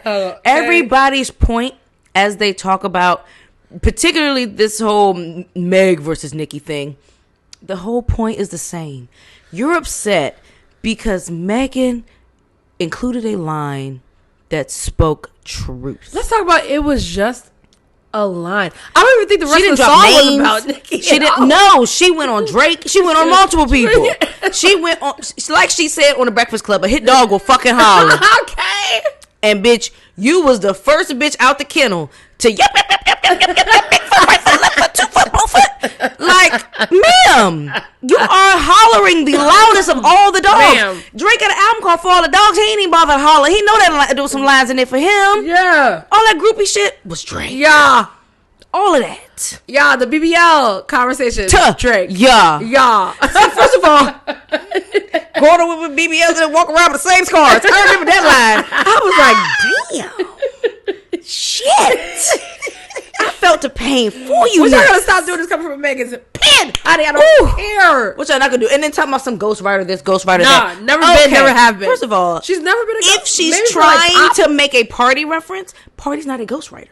Right. He writes openly for rappers. Right. And he doesn't identify as a writer for people either. He just, that's a part of his hustle. Yeah. But he also doesn't identify in that bag. And I don't believe for a second that he was writing anything for Megan. I just don't believe it. I don't believe it. Her tone is always consistent. Her vibe's always consistent. Whether I like the song she puts out or not, it's consistent with her style, her pen, her whatever. Right. So you got to stop throwing around this like ghostwriter shit. Like you could throw them type of jabs at Cardi or whatever. Cardi's also open about having writers. So really, it's also a flop there too because it's not a secret. But just stop trying to use the pen thing as your main go-to because no one cares anymore about the fact that yes, you put pen to pad. That's fabulous. That's wonderful. We believe you somewhat. Because I also believe Safari was helping you too. but that's for another day. Hello. I still believe he was helping. But regardless of whether or not he was helping, it's neither here nor there. If you can make great music, it really, these days, that's not an insult anymore that someone has helps with a writer. Like, we all know now the curtains have been pulled back. These writers are coming out and making their own music and putting out their own content and doing the things. So we all know that these writers exist. Right. It does not matter anymore. No, you gotta find something new. And the girl was so fucking right. She always surrounds herself with men only. She might have one female minion in the rafters, but in a sea of men. Like, when she was having whatever weird bender she was having while she was recording Queen Radio, I don't know if you saw those videos going around. It was like a whole... Oh, this was when the Offset stuff, after whatever award show, when they was outside stalking, trying to find Offset, and he busy with Cassie not being a child. She was in the fucking... she was in there doing, whatchamacallit, radio. Nothing but a bunch of dudes in the room. And it's like... Girl, you don't have no good girlfriend, no good Judy's, and the ones she do keep around, she keep them frumpy. She don't keep a bitch around that's also bad. Like, she like to have frumpy bitches in her midst that are gonna continue to put her on a pedestal. That's that Sagittarius shit though. They like to have people around them that are going to keep them on a pedestal, the pedestal that they have themselves on in their head. They want people around them that are going to keep them there. And if you're not that yes person, they don't want that around them. That's real. They only want yes people around them. Otherwise, it don't work. And who is the easiest to manipulate as a woman who looks like herself and has, the femininity and the things and whatever. Men are the easiest to manipulate. That's just a fact. Right. It's the easiest to manipulate. And whether it's just something that she's created out of habit, out of survival, or out of just insecurity around being around other women that are of what, quote unquote, the same level, because that just can be tricky trying to use that terminology. Right. But yeah, bitches on her same level. Like, that's a fact. Like, she don't surround herself with none of them. Like, just like when Meg was first coming out, that was little sis. You had your arm around her. You did a song with her. You were pouring alcohol down her throat and then flipping it and telling the world that she was doing that to you. Thank God for receipts these days. Right? But the second that, and I really do believe it, the second that these rappers become, in her mind, a threat, or are getting the accolades that either she's gotten or has not gotten, because I still don't think has Nicki gotten a Grammy? No. Has Megan gotten multiple? Yes.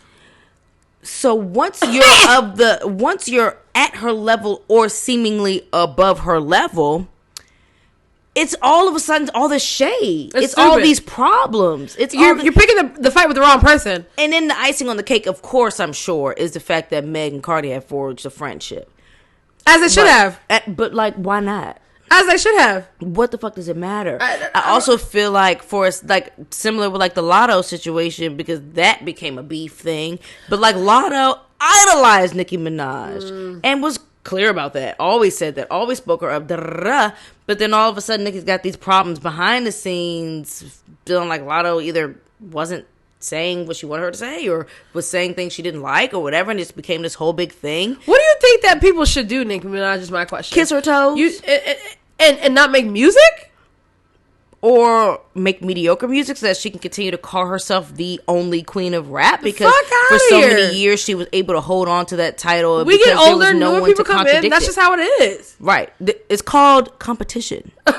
It's also just called getting older and new people come in. That's just how it is. Right. And you're like, you're becoming an old head that can't age gracefully. I'm confused. Like, you becoming that joint that can't age gracefully and that can't. Music, but, like, at the same time, like, yeah, I mean, Megan still speaks to me and some of these rappers definitely still speak to me. But at the same time, you were a different age and time when you were out and hot. That is okay. Right. Not everybody has to be hot all the motherfucking time. And the music you're making now really doesn't sound evolved for me. I personally did not like the album. I did not like the newest album. I didn't love it. People kept like, what do you mean? It was so fire. I was like, okay. There's some joints. But I've never been, I'm definitely not a Barb. And I just never really loved all of her, like, I could never sit down and be like, I'm gonna listen to this album all the way through. Definitely always like 4 or 5 songs that I still listen to Truffle Butter to this day. Like I like some songs. That's probably the only album that I'm really like, oh yeah, that was the one.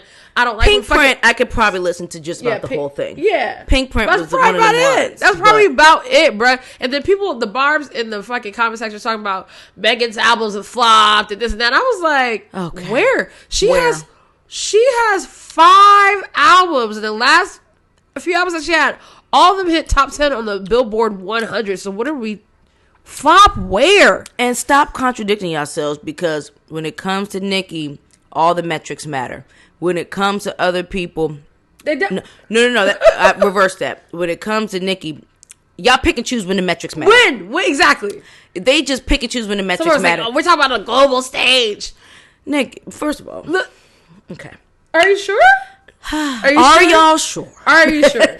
Because I think the Grammys versus no Grammys already is done. So who are we talking about flopping? Right. And it's like when it came to Cardi and all the charts she topped and blah, blah, blah, the argument was, oh, those numbers don't matter. Payola this. People in the pocket that. These aren't valid. It's giving woman Trump of the women rappers to me. Nah, for real. Like that level of delusion and just wanting to be praised.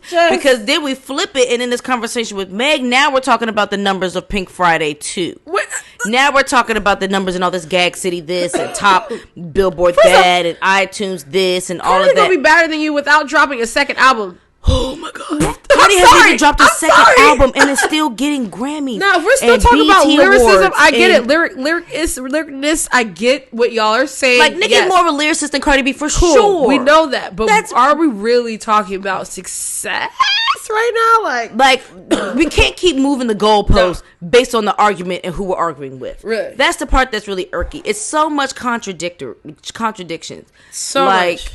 I'm gonna get fucking whiplash. Which one? Number 1 is like flower bouquet. I'm getting whiplash too. Just like, yes, it is. But yes, I'm getting fucking whiplash with all the back and forth between when these things matter, when accolades matter, when they don't. Like, is the success the fact that you have been a prominent figure as it pertains to not just female rappers? I'm gonna give it to Nicki, rappers period. Yeah, for over a decade. I grew up on the bitch. I understand. I used to be a barb in college.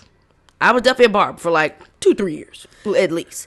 I had fucking Barbie and Minaj at the end of every fucking thing. I'll give you that was itty bitty picky era. My only Barbiness is Barbness. Oh, we're on a plane with the wave. You got me. I got to her monster track. Her monster. Yes. I'm a motherfucking monster. Those are the two. Out of my bed, I'm like, yeah. Those are the ones I'm like, those are going down in history forever. I will always love those verses. But outside of that, I'm like, yeah. I mean, and no one has yet to top those. So you get that. No one has. No, girl. No one's topping that Monsterverse ever. I don't know if that's ever gonna happen.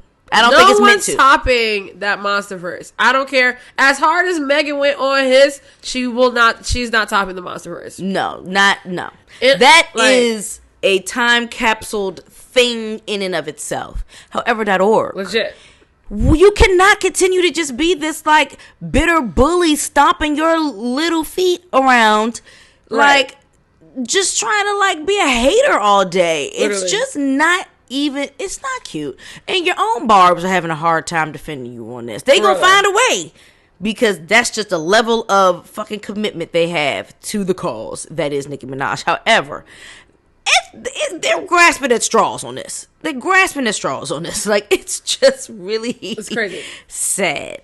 And the spiral on Instagram Live, and this constantly just going around in circles with the Kelsey this, dead mom that, did you really get shot? Why you lie on that black man? You're literally just trolling with lies. You're not even like reaching for anything valid, which is what makes it kind of sadder, because it's like, you about to be 50. As like, you're closer to 50 than not. And so it's like, why not just keep it cute? I don't like, even think why Megan's can't we 30 keep it yet. cute? Like, I don't even think Megan's 30. Megan's not even 30 yet. So yeah, she keep at your old ass. Like, and Megan just been I don't even think she been old. real cute and quiet, and just her only thing she been saying is, well, because she's apparently off social media, so her team, all they saying is, run it up, hotties. Literally. And that's it. Like, and they texted me too. Oh, I got the text thingy? Yeah, I got a Megan Thee Stallion text me. So I they text and say, Megan. run it up, Yeah, hottie. just run it up. Capri, they put my name in it too. Hold on, let me see. Megan Thee Stallion, number 1 music video on iTunes. Run it up, Capri. Yes, trending number 1 on YouTube. Keep running it up for the iTunes hotties. Thank you for the support, Capri. Keep running it up. I said, Megan's texting you me. welcome. Megan's texting me. And Greg was like, no, she's not. I was like, yes, she is. He's like, nah, shut up. Right. Who I you kill my they dream? Didn't put a picture on here. What you mean? Like, who are you to kill? I didn't put that picture. They the did. dream. That's fucked up. See, Greg, you a hater too. But nah, I definitely feel like the misogyny is real. I feel like I really want to know as a young one, who the fuck hurt you? Like, what women, what girls in school, like, who hurt you to make you this way towards women particularly? Because yes, you've always been kind of bitchy and like you have smoke regardless whether it's male or female. Like, you've always just been kind of rude as a human, and I like that part. We get, like, your underlying personality is just like bitchy and rude. Fine, but it seems like you go really hard when it comes to these women, and you don't go as hard when it comes to the men. And it's just like you're willing to go full force, gas to the fucking pedal to the gas. What is it? Pedal to the whatever. You know, pedal to the metal. Pedal to the fucking metal. When it comes to trying to like beat down other women, it's weird. And then you surround yourself with men to do it, or you'll use like your minions. The few women you keep around you use as your minions outside of like T.S. Madison, because she's not a yes girl, but like the Raleighs of the world, and like the few friends that you've shown that you've had forever, which have like stayed kind of frumpy. Outside of them, you just don't really embrace women. Like, I feel like there's gonna be a moment where Sexy Red says something to piss you off, and you being on her song will just go out the window, and you're just not, you're gonna have something mean to say about her. Literally. I feel like it's gonna happen. I feel like you did the one remix with Bia, and there's been no indication of support since then. Hands on your knees. Sorry.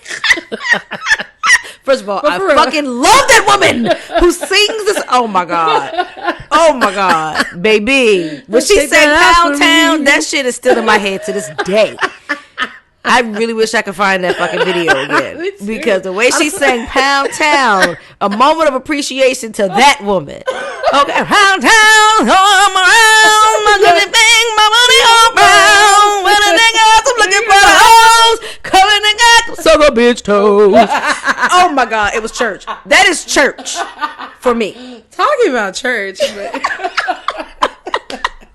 We're gonna finish this conversation. I think we'll taste this and we'll go. And then we go this church segment. Because what the fuck? To wrap that up in a nice little bow. Nikki's a misogynist. Nikki is a misogynist. And she's I didn't really cut you off with that. No, but you brought Sexy Red up. That immediately came out.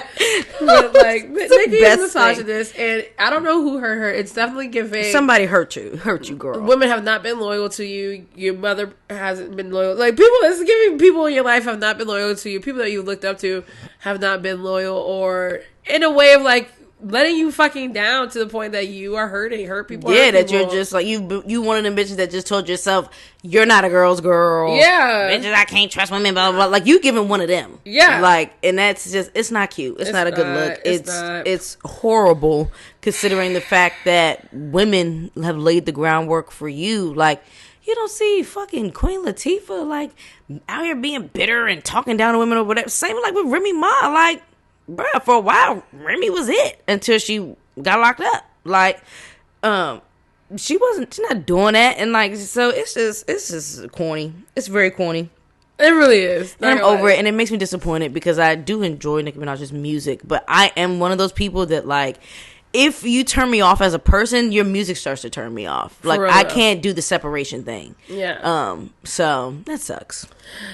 As a former Barb, I'm so disappointed. Yeah, y'all like, the lyrics, but the bitch only said foot. So big foot, little foot, and then she just kept talking about, you're lying on your dead mama. You Kelsey. And it's like this weird talking over the beat. It was very weird. I was just like, okay, I gotta turn this off. I tried, and it was too long. I didn't even know if it was full song yet. I gave it 2 minutes, and I was like, this is too much. I can't.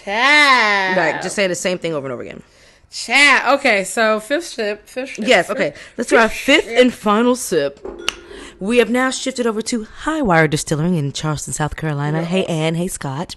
This is going to be a rye whiskey finished in white wine barrels selected by Jack Rose. So, hey, Bill.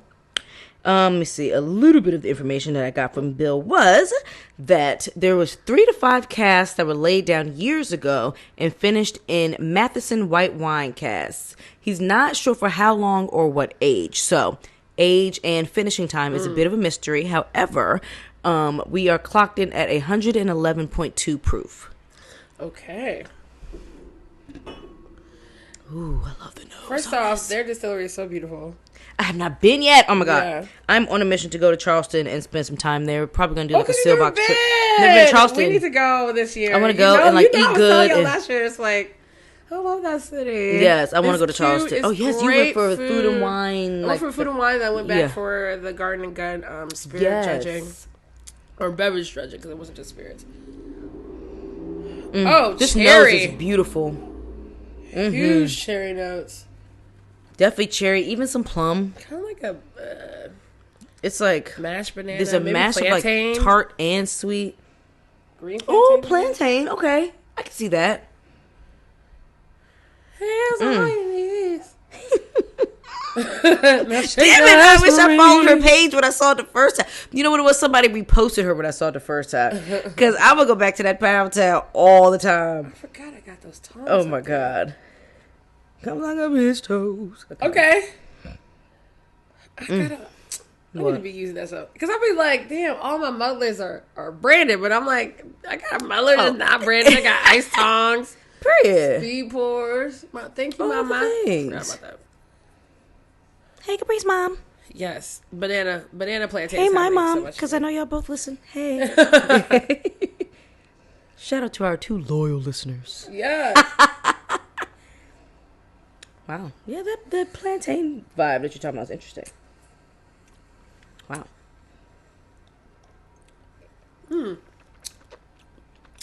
When I first sipped and blew out minty, like mint leaves.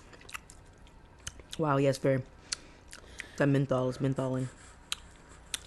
Then chocolate. I at the get finish. grape, skin, potentially even flesh, but like you said, like off the vine because it's like a tartness, not a sweetness. Right. There's always that earthy element that comes with High Wire's whiskey. The nose now has an Ovaltine smell to me. More Ovaltine, please. Wow, is Ovaltine still a thing? I I've don't not know. seen Ovaltine Ooh, in a caramel, very long that time. Dolce Delice, I think, having it. Because like rich caramel, rich chocolate. I can't get it out of my head now, God damn it.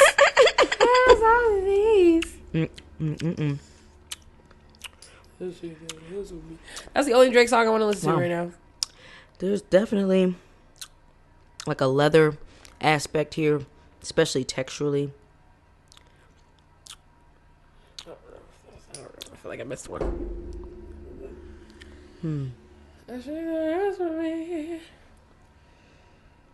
Opened up that chocolate on the nose. Yes, it smells The like water. hot chocolate powder. Ooh, I could go for a spiked Next hot week, chocolate. chocolate milk. Damn, I have no oat milk in the house. I need some oat milk. I have no cashew milk right now, and I'm suffering. I want grits and shit. I'm like Capri. I should try cashew milk. some I've never cashew tried milk. it. I love Oh, my but you cashew know what? I milk. think I have almond milk in the house. There we go. And I got cacao powder. I've been wanting to make fucking hot chocolates while it's cold. That's damn milk. Can't make water hot chocolate. No. What are we, animals? What are we, animals? I've definitely contemplated it a couple times. I'm like, no. It's not. It's just no. not going to hit the It's same. just not It's not going to give what it need to give. at all. Damn, I want a spiked hot chocolate with a little splash of Irish cream. That's exactly what I'm going to have. That's going to be my comfort drink before I go to bed. Cacao on the tongue. Yeah, that cacao is very prominent. I know Peppery. you said wine finish, but I don't know.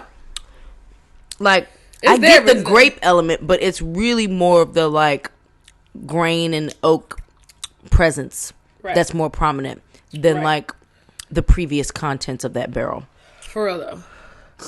Because the rye is definitely there with that menthol, that pepper. These were the chocolate. Beautiful choices. This was a very fun lineup, right? This was beautiful choices. Like, I really enjoyed all of that. Yay, me too. This okay, wonderful. So I would like to end it. Oh, I'm scared. Oh God, is this the guy that was going? Oh my God, please play this because I didn't get to listen to the whole thing. So okay, I get to hear this with you. Where people. is it? It was definitely in our DMs. Gosh. Hold on. I know. I think you sent it to my Distill definitely page. sent it to my mom. Okay. All right. Oh no. Okay, here we go. We don't make it rain on booty cheeks.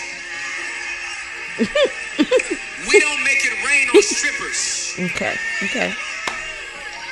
We only reverence one stripper, and that's the one that took off glory to put on humanity and then get butt naked on a cross to die for both you and me. The only stripper I'm in love with is Jesus. And he's the one that puts that bread in my pocket. That bread in my pocket. We don't make it rain. I'm sorry. Can we play that one more time, please? We don't make it rain on strippers. Okay. Let's unpack this, y'all. Okay. We only reverence one stripper, and that's the one that took off glory What? to put on humanity and then get butt naked on a cross. Oh wow. To die for both you and me. The only stripper I'm in love with Oh, God. is Jesus. Okay. Clearly, he listens to a lot of T-Pain. And he's the one that puts that bread in my pocket. That bread in my pocket. Okay, it was the breakdown. I need to say That bread in my I want to pocket. know what the song is after that. I'm not gonna lie. Oh God. Oh, Jesus is not a stripper. Okay, and Jesus did not die butt naked on the cross. Let's start there. Okay, if we're gonna go with the fable of it all, he still had the cloth around his meat. Okay. Now, I don't appreciate him stripping Jesus of his dignity like this. Bruh, disrespectful. And talking about something, he put that bread in my pocket. And he put that. So Bread in did he my do pocket. this after Bread. stripping? After he stripped and did we make it rain on Jesus? Yeah. Or did Jesus make it rain on us? It's like, is the chicken or the egg come first? Yeah, which is happening here. And how many times have you been in a strip club? Because just be honest now. Let's just be honest on the stage. Guarantee you it's a lot. Here. Guarantee you they know this man by name in the strip club. They know his wing order. They know what he like to sip so you on. like strip clubs is what you're saying. You have to convince yourself Yes. that you are only in love with one stripper. Correct. I don't like men's no more, that type of situation. One of them. It's giving one of them. It's giving one of them. That's how it's going down. That's the vibe. And the thing is, you emphasize this, I'm only in love with one stripper, so that later when you are caught in said strip club munching down your wings and having thongs twerculated in your face, you're not in love that with you them, can though. say correct. So that you can say, but I'm only in love with Jesus. That's the only ass I smack. And I'm not making it rain here. I'm just putting it down the stage. I'm paying my tithe to my sisters. Child. Because Jesus he puts was that a stripper. bread in my pocket. And as a man of the pulpit, how can I not put bread in these sisters' good pockets? Yes. They make a mean wing. Thank you, God. Listen. He's that type Corey, of guy. we know you be at the strip club. It's We okay. know it. It's all right, And they know Corey. you by name. And they come and walk up and He's looking like a Corey. I'm sorry. He's looking like a Corey. Oh, let me get close up. mega church pastor. Yeah. We only reverence one stripper. And that's the stripper one that took off glory. Glory. Child. Did he strip off his glory to put on humanity? And then he got butt naked on the cross. He just became human. I don't know. He was still had glory. I don't know. That's just, I don't know. Child, whatever. I haven't read the Bible. My thing in a while. is, why would he be taking the glory off? I don't know. I don't think you thought this analogy through. Yeah, like I don't think you thought it through. one comment I saw on another page, because this is a mix with another page, and I went to the actual page that posted it. And one person was like, and if it wasn't awkward enough, he starts to rap at the end and starts to make it more awkward. See, See, that's what happens. This is the problem with these middle-aged men who still have rapper aspirations, but they know they can't make money doing it, and they want a tax-free living, but they don't know how to figure it out from an entrepreneurial space. It was a crowd being like, and so, child, they hustling the word of Jesus. That's the new hustle. These pastors, like the pastor in New York who got caught up in all these real estate scams and shit, wearing Gucci and rubies and diamonds to church every day, have a private jet and shit. Church is the new hustle. And if they could find a way to get you to holler yes, amen, whether you actually understand what they're saying or not, they're going to feed you that same rhetoric. Y'all sitting here praising this man for a poorly thought out stripper analogy. As if he really dropped the word of God. Where in the Bible did he say Jesus got butt naked on the cross, took off glory, and died for our sins? Butt naked? It's the butt naked. Butt naked. Bucket naked on the cross. And that's exactly what I'm making this fucking episode title. Bucket naked on the cross. You are welcome, good people. Bucket. I'm writing it down. Naked on the cross. Child, like what? I was in tears, going through the in tears for a good 45 minutes the first time I saw this video. Oh, Jesus. I was in so many, I can't even tell you, it was crazy. I was like, I cried, I was coughing. The tears are coming. It's ridiculous. He put that bread in my pocket. I need to find it. I don't know what church it is. The church band was about to go up right before that video turned on. The drum, the timbales was about to be hit. The drums, baby. Only for the band will I want to hear the rest of that sermon. Literally. Because I know they're about to crank. No, for real, like, if you watch the video, they're in the background. They get ready. He put that bread in my pocket. Like, shout out to the church bands. We love y'all. Yo, church love y'all. Are fire. Without the band, honestly, a lot of people would probably not go to church. Not for real though. Because the music is half the thing. That's really fucking funny Tim to me. Ross. His name is Tim Ross. That's the pastor's name? Pastor Oh, Tim Jesus Christ. Ross. Okay. And you know, he has the name of a scammer. 670. Like, it's shit. giving Tim Ross. His name is Upset the Gram on Upset Instagram. the Gram. Well, he did that. He sure did. Oh, God. He's on podcasts. I can't. Hold on now. He's one of those. Yeah, he's on podcasts. He be with my man Kevin on stage. Oh, Lord. Oh, Lord Jesus. Can Kev put some bread in his pocket? Now we gotta some find bread this in his video. pocket. Ain't no way. He might not have been on his page. It might have just been somebody recording him. Yeah, man. Nah, it was like a professional video. Oh, I gotta go back. Whatever. Child. It was like the church's video. We gotta. Okay. So the church probably has its own page. Yeah. 9 times out of 10, the church has a page. Yeah. Damn you, Joel Osteens of the world. I blame y'all, the TD Jakes of the world. These fucking mega churches. The fact that a mega church is like an industry in and of itself, like a sub industry within the church space, is like trippy as fuck. Oh God. Okay, I'm scared. It's too long. Okay, we about to. Okay, a quick couple minutes of the sermon, y'all, to take us out. They had the church with the band going. Ding, ding, ding, ding, ding, ding. Oh God. Okay, there's something else. Okay. There's a long. He went from sermon to sermon. Got it. But I found it. Pastor Tim Ross. I got bread in my pocket. Wow. Okay. Ooh. Okay. Fast forward some more. We might catch it. Yeah. He put that bread.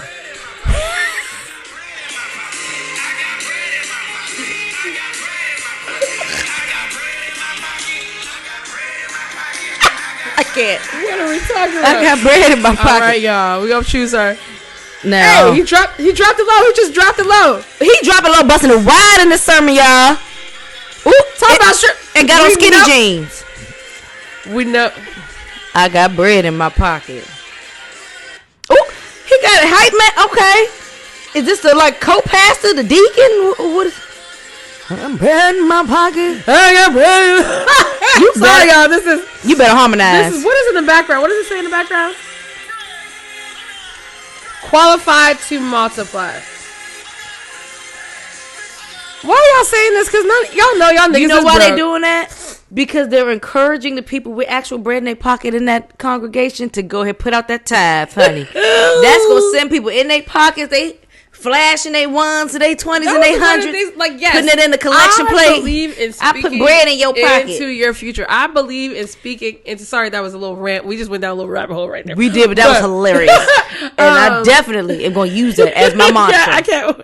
When I wake up, I got bread in my pocket. Real. I got bread in my pocket. Your life, but I just think that was one of the things about church, especially when I went to church, was going to a church that was forming itself into a mega church, was the delusional part that comes with the things that you tell people to say. It's not saying like, let's give energy to this. It's like you're making people feel like they have this. So I'm living with my mother who's living well at her means. Now I live well at my means. You know what I'm saying? There's these things that they contribute to instead of being honest and real with, or coming to people, like having classes about finances and stuff like that. Yeah. So that people know how to build, not already being like, we just gonna be this. You know what I'm saying? Like giving people the real, like, don't get me wrong, my mom is a very disciplined person, and it definitely came down to like what happened with her and my dad, and still wanted to, like, image wise, look a certain way, be a certain way. If she was, and the church is very much about the image. Officers of the church, like,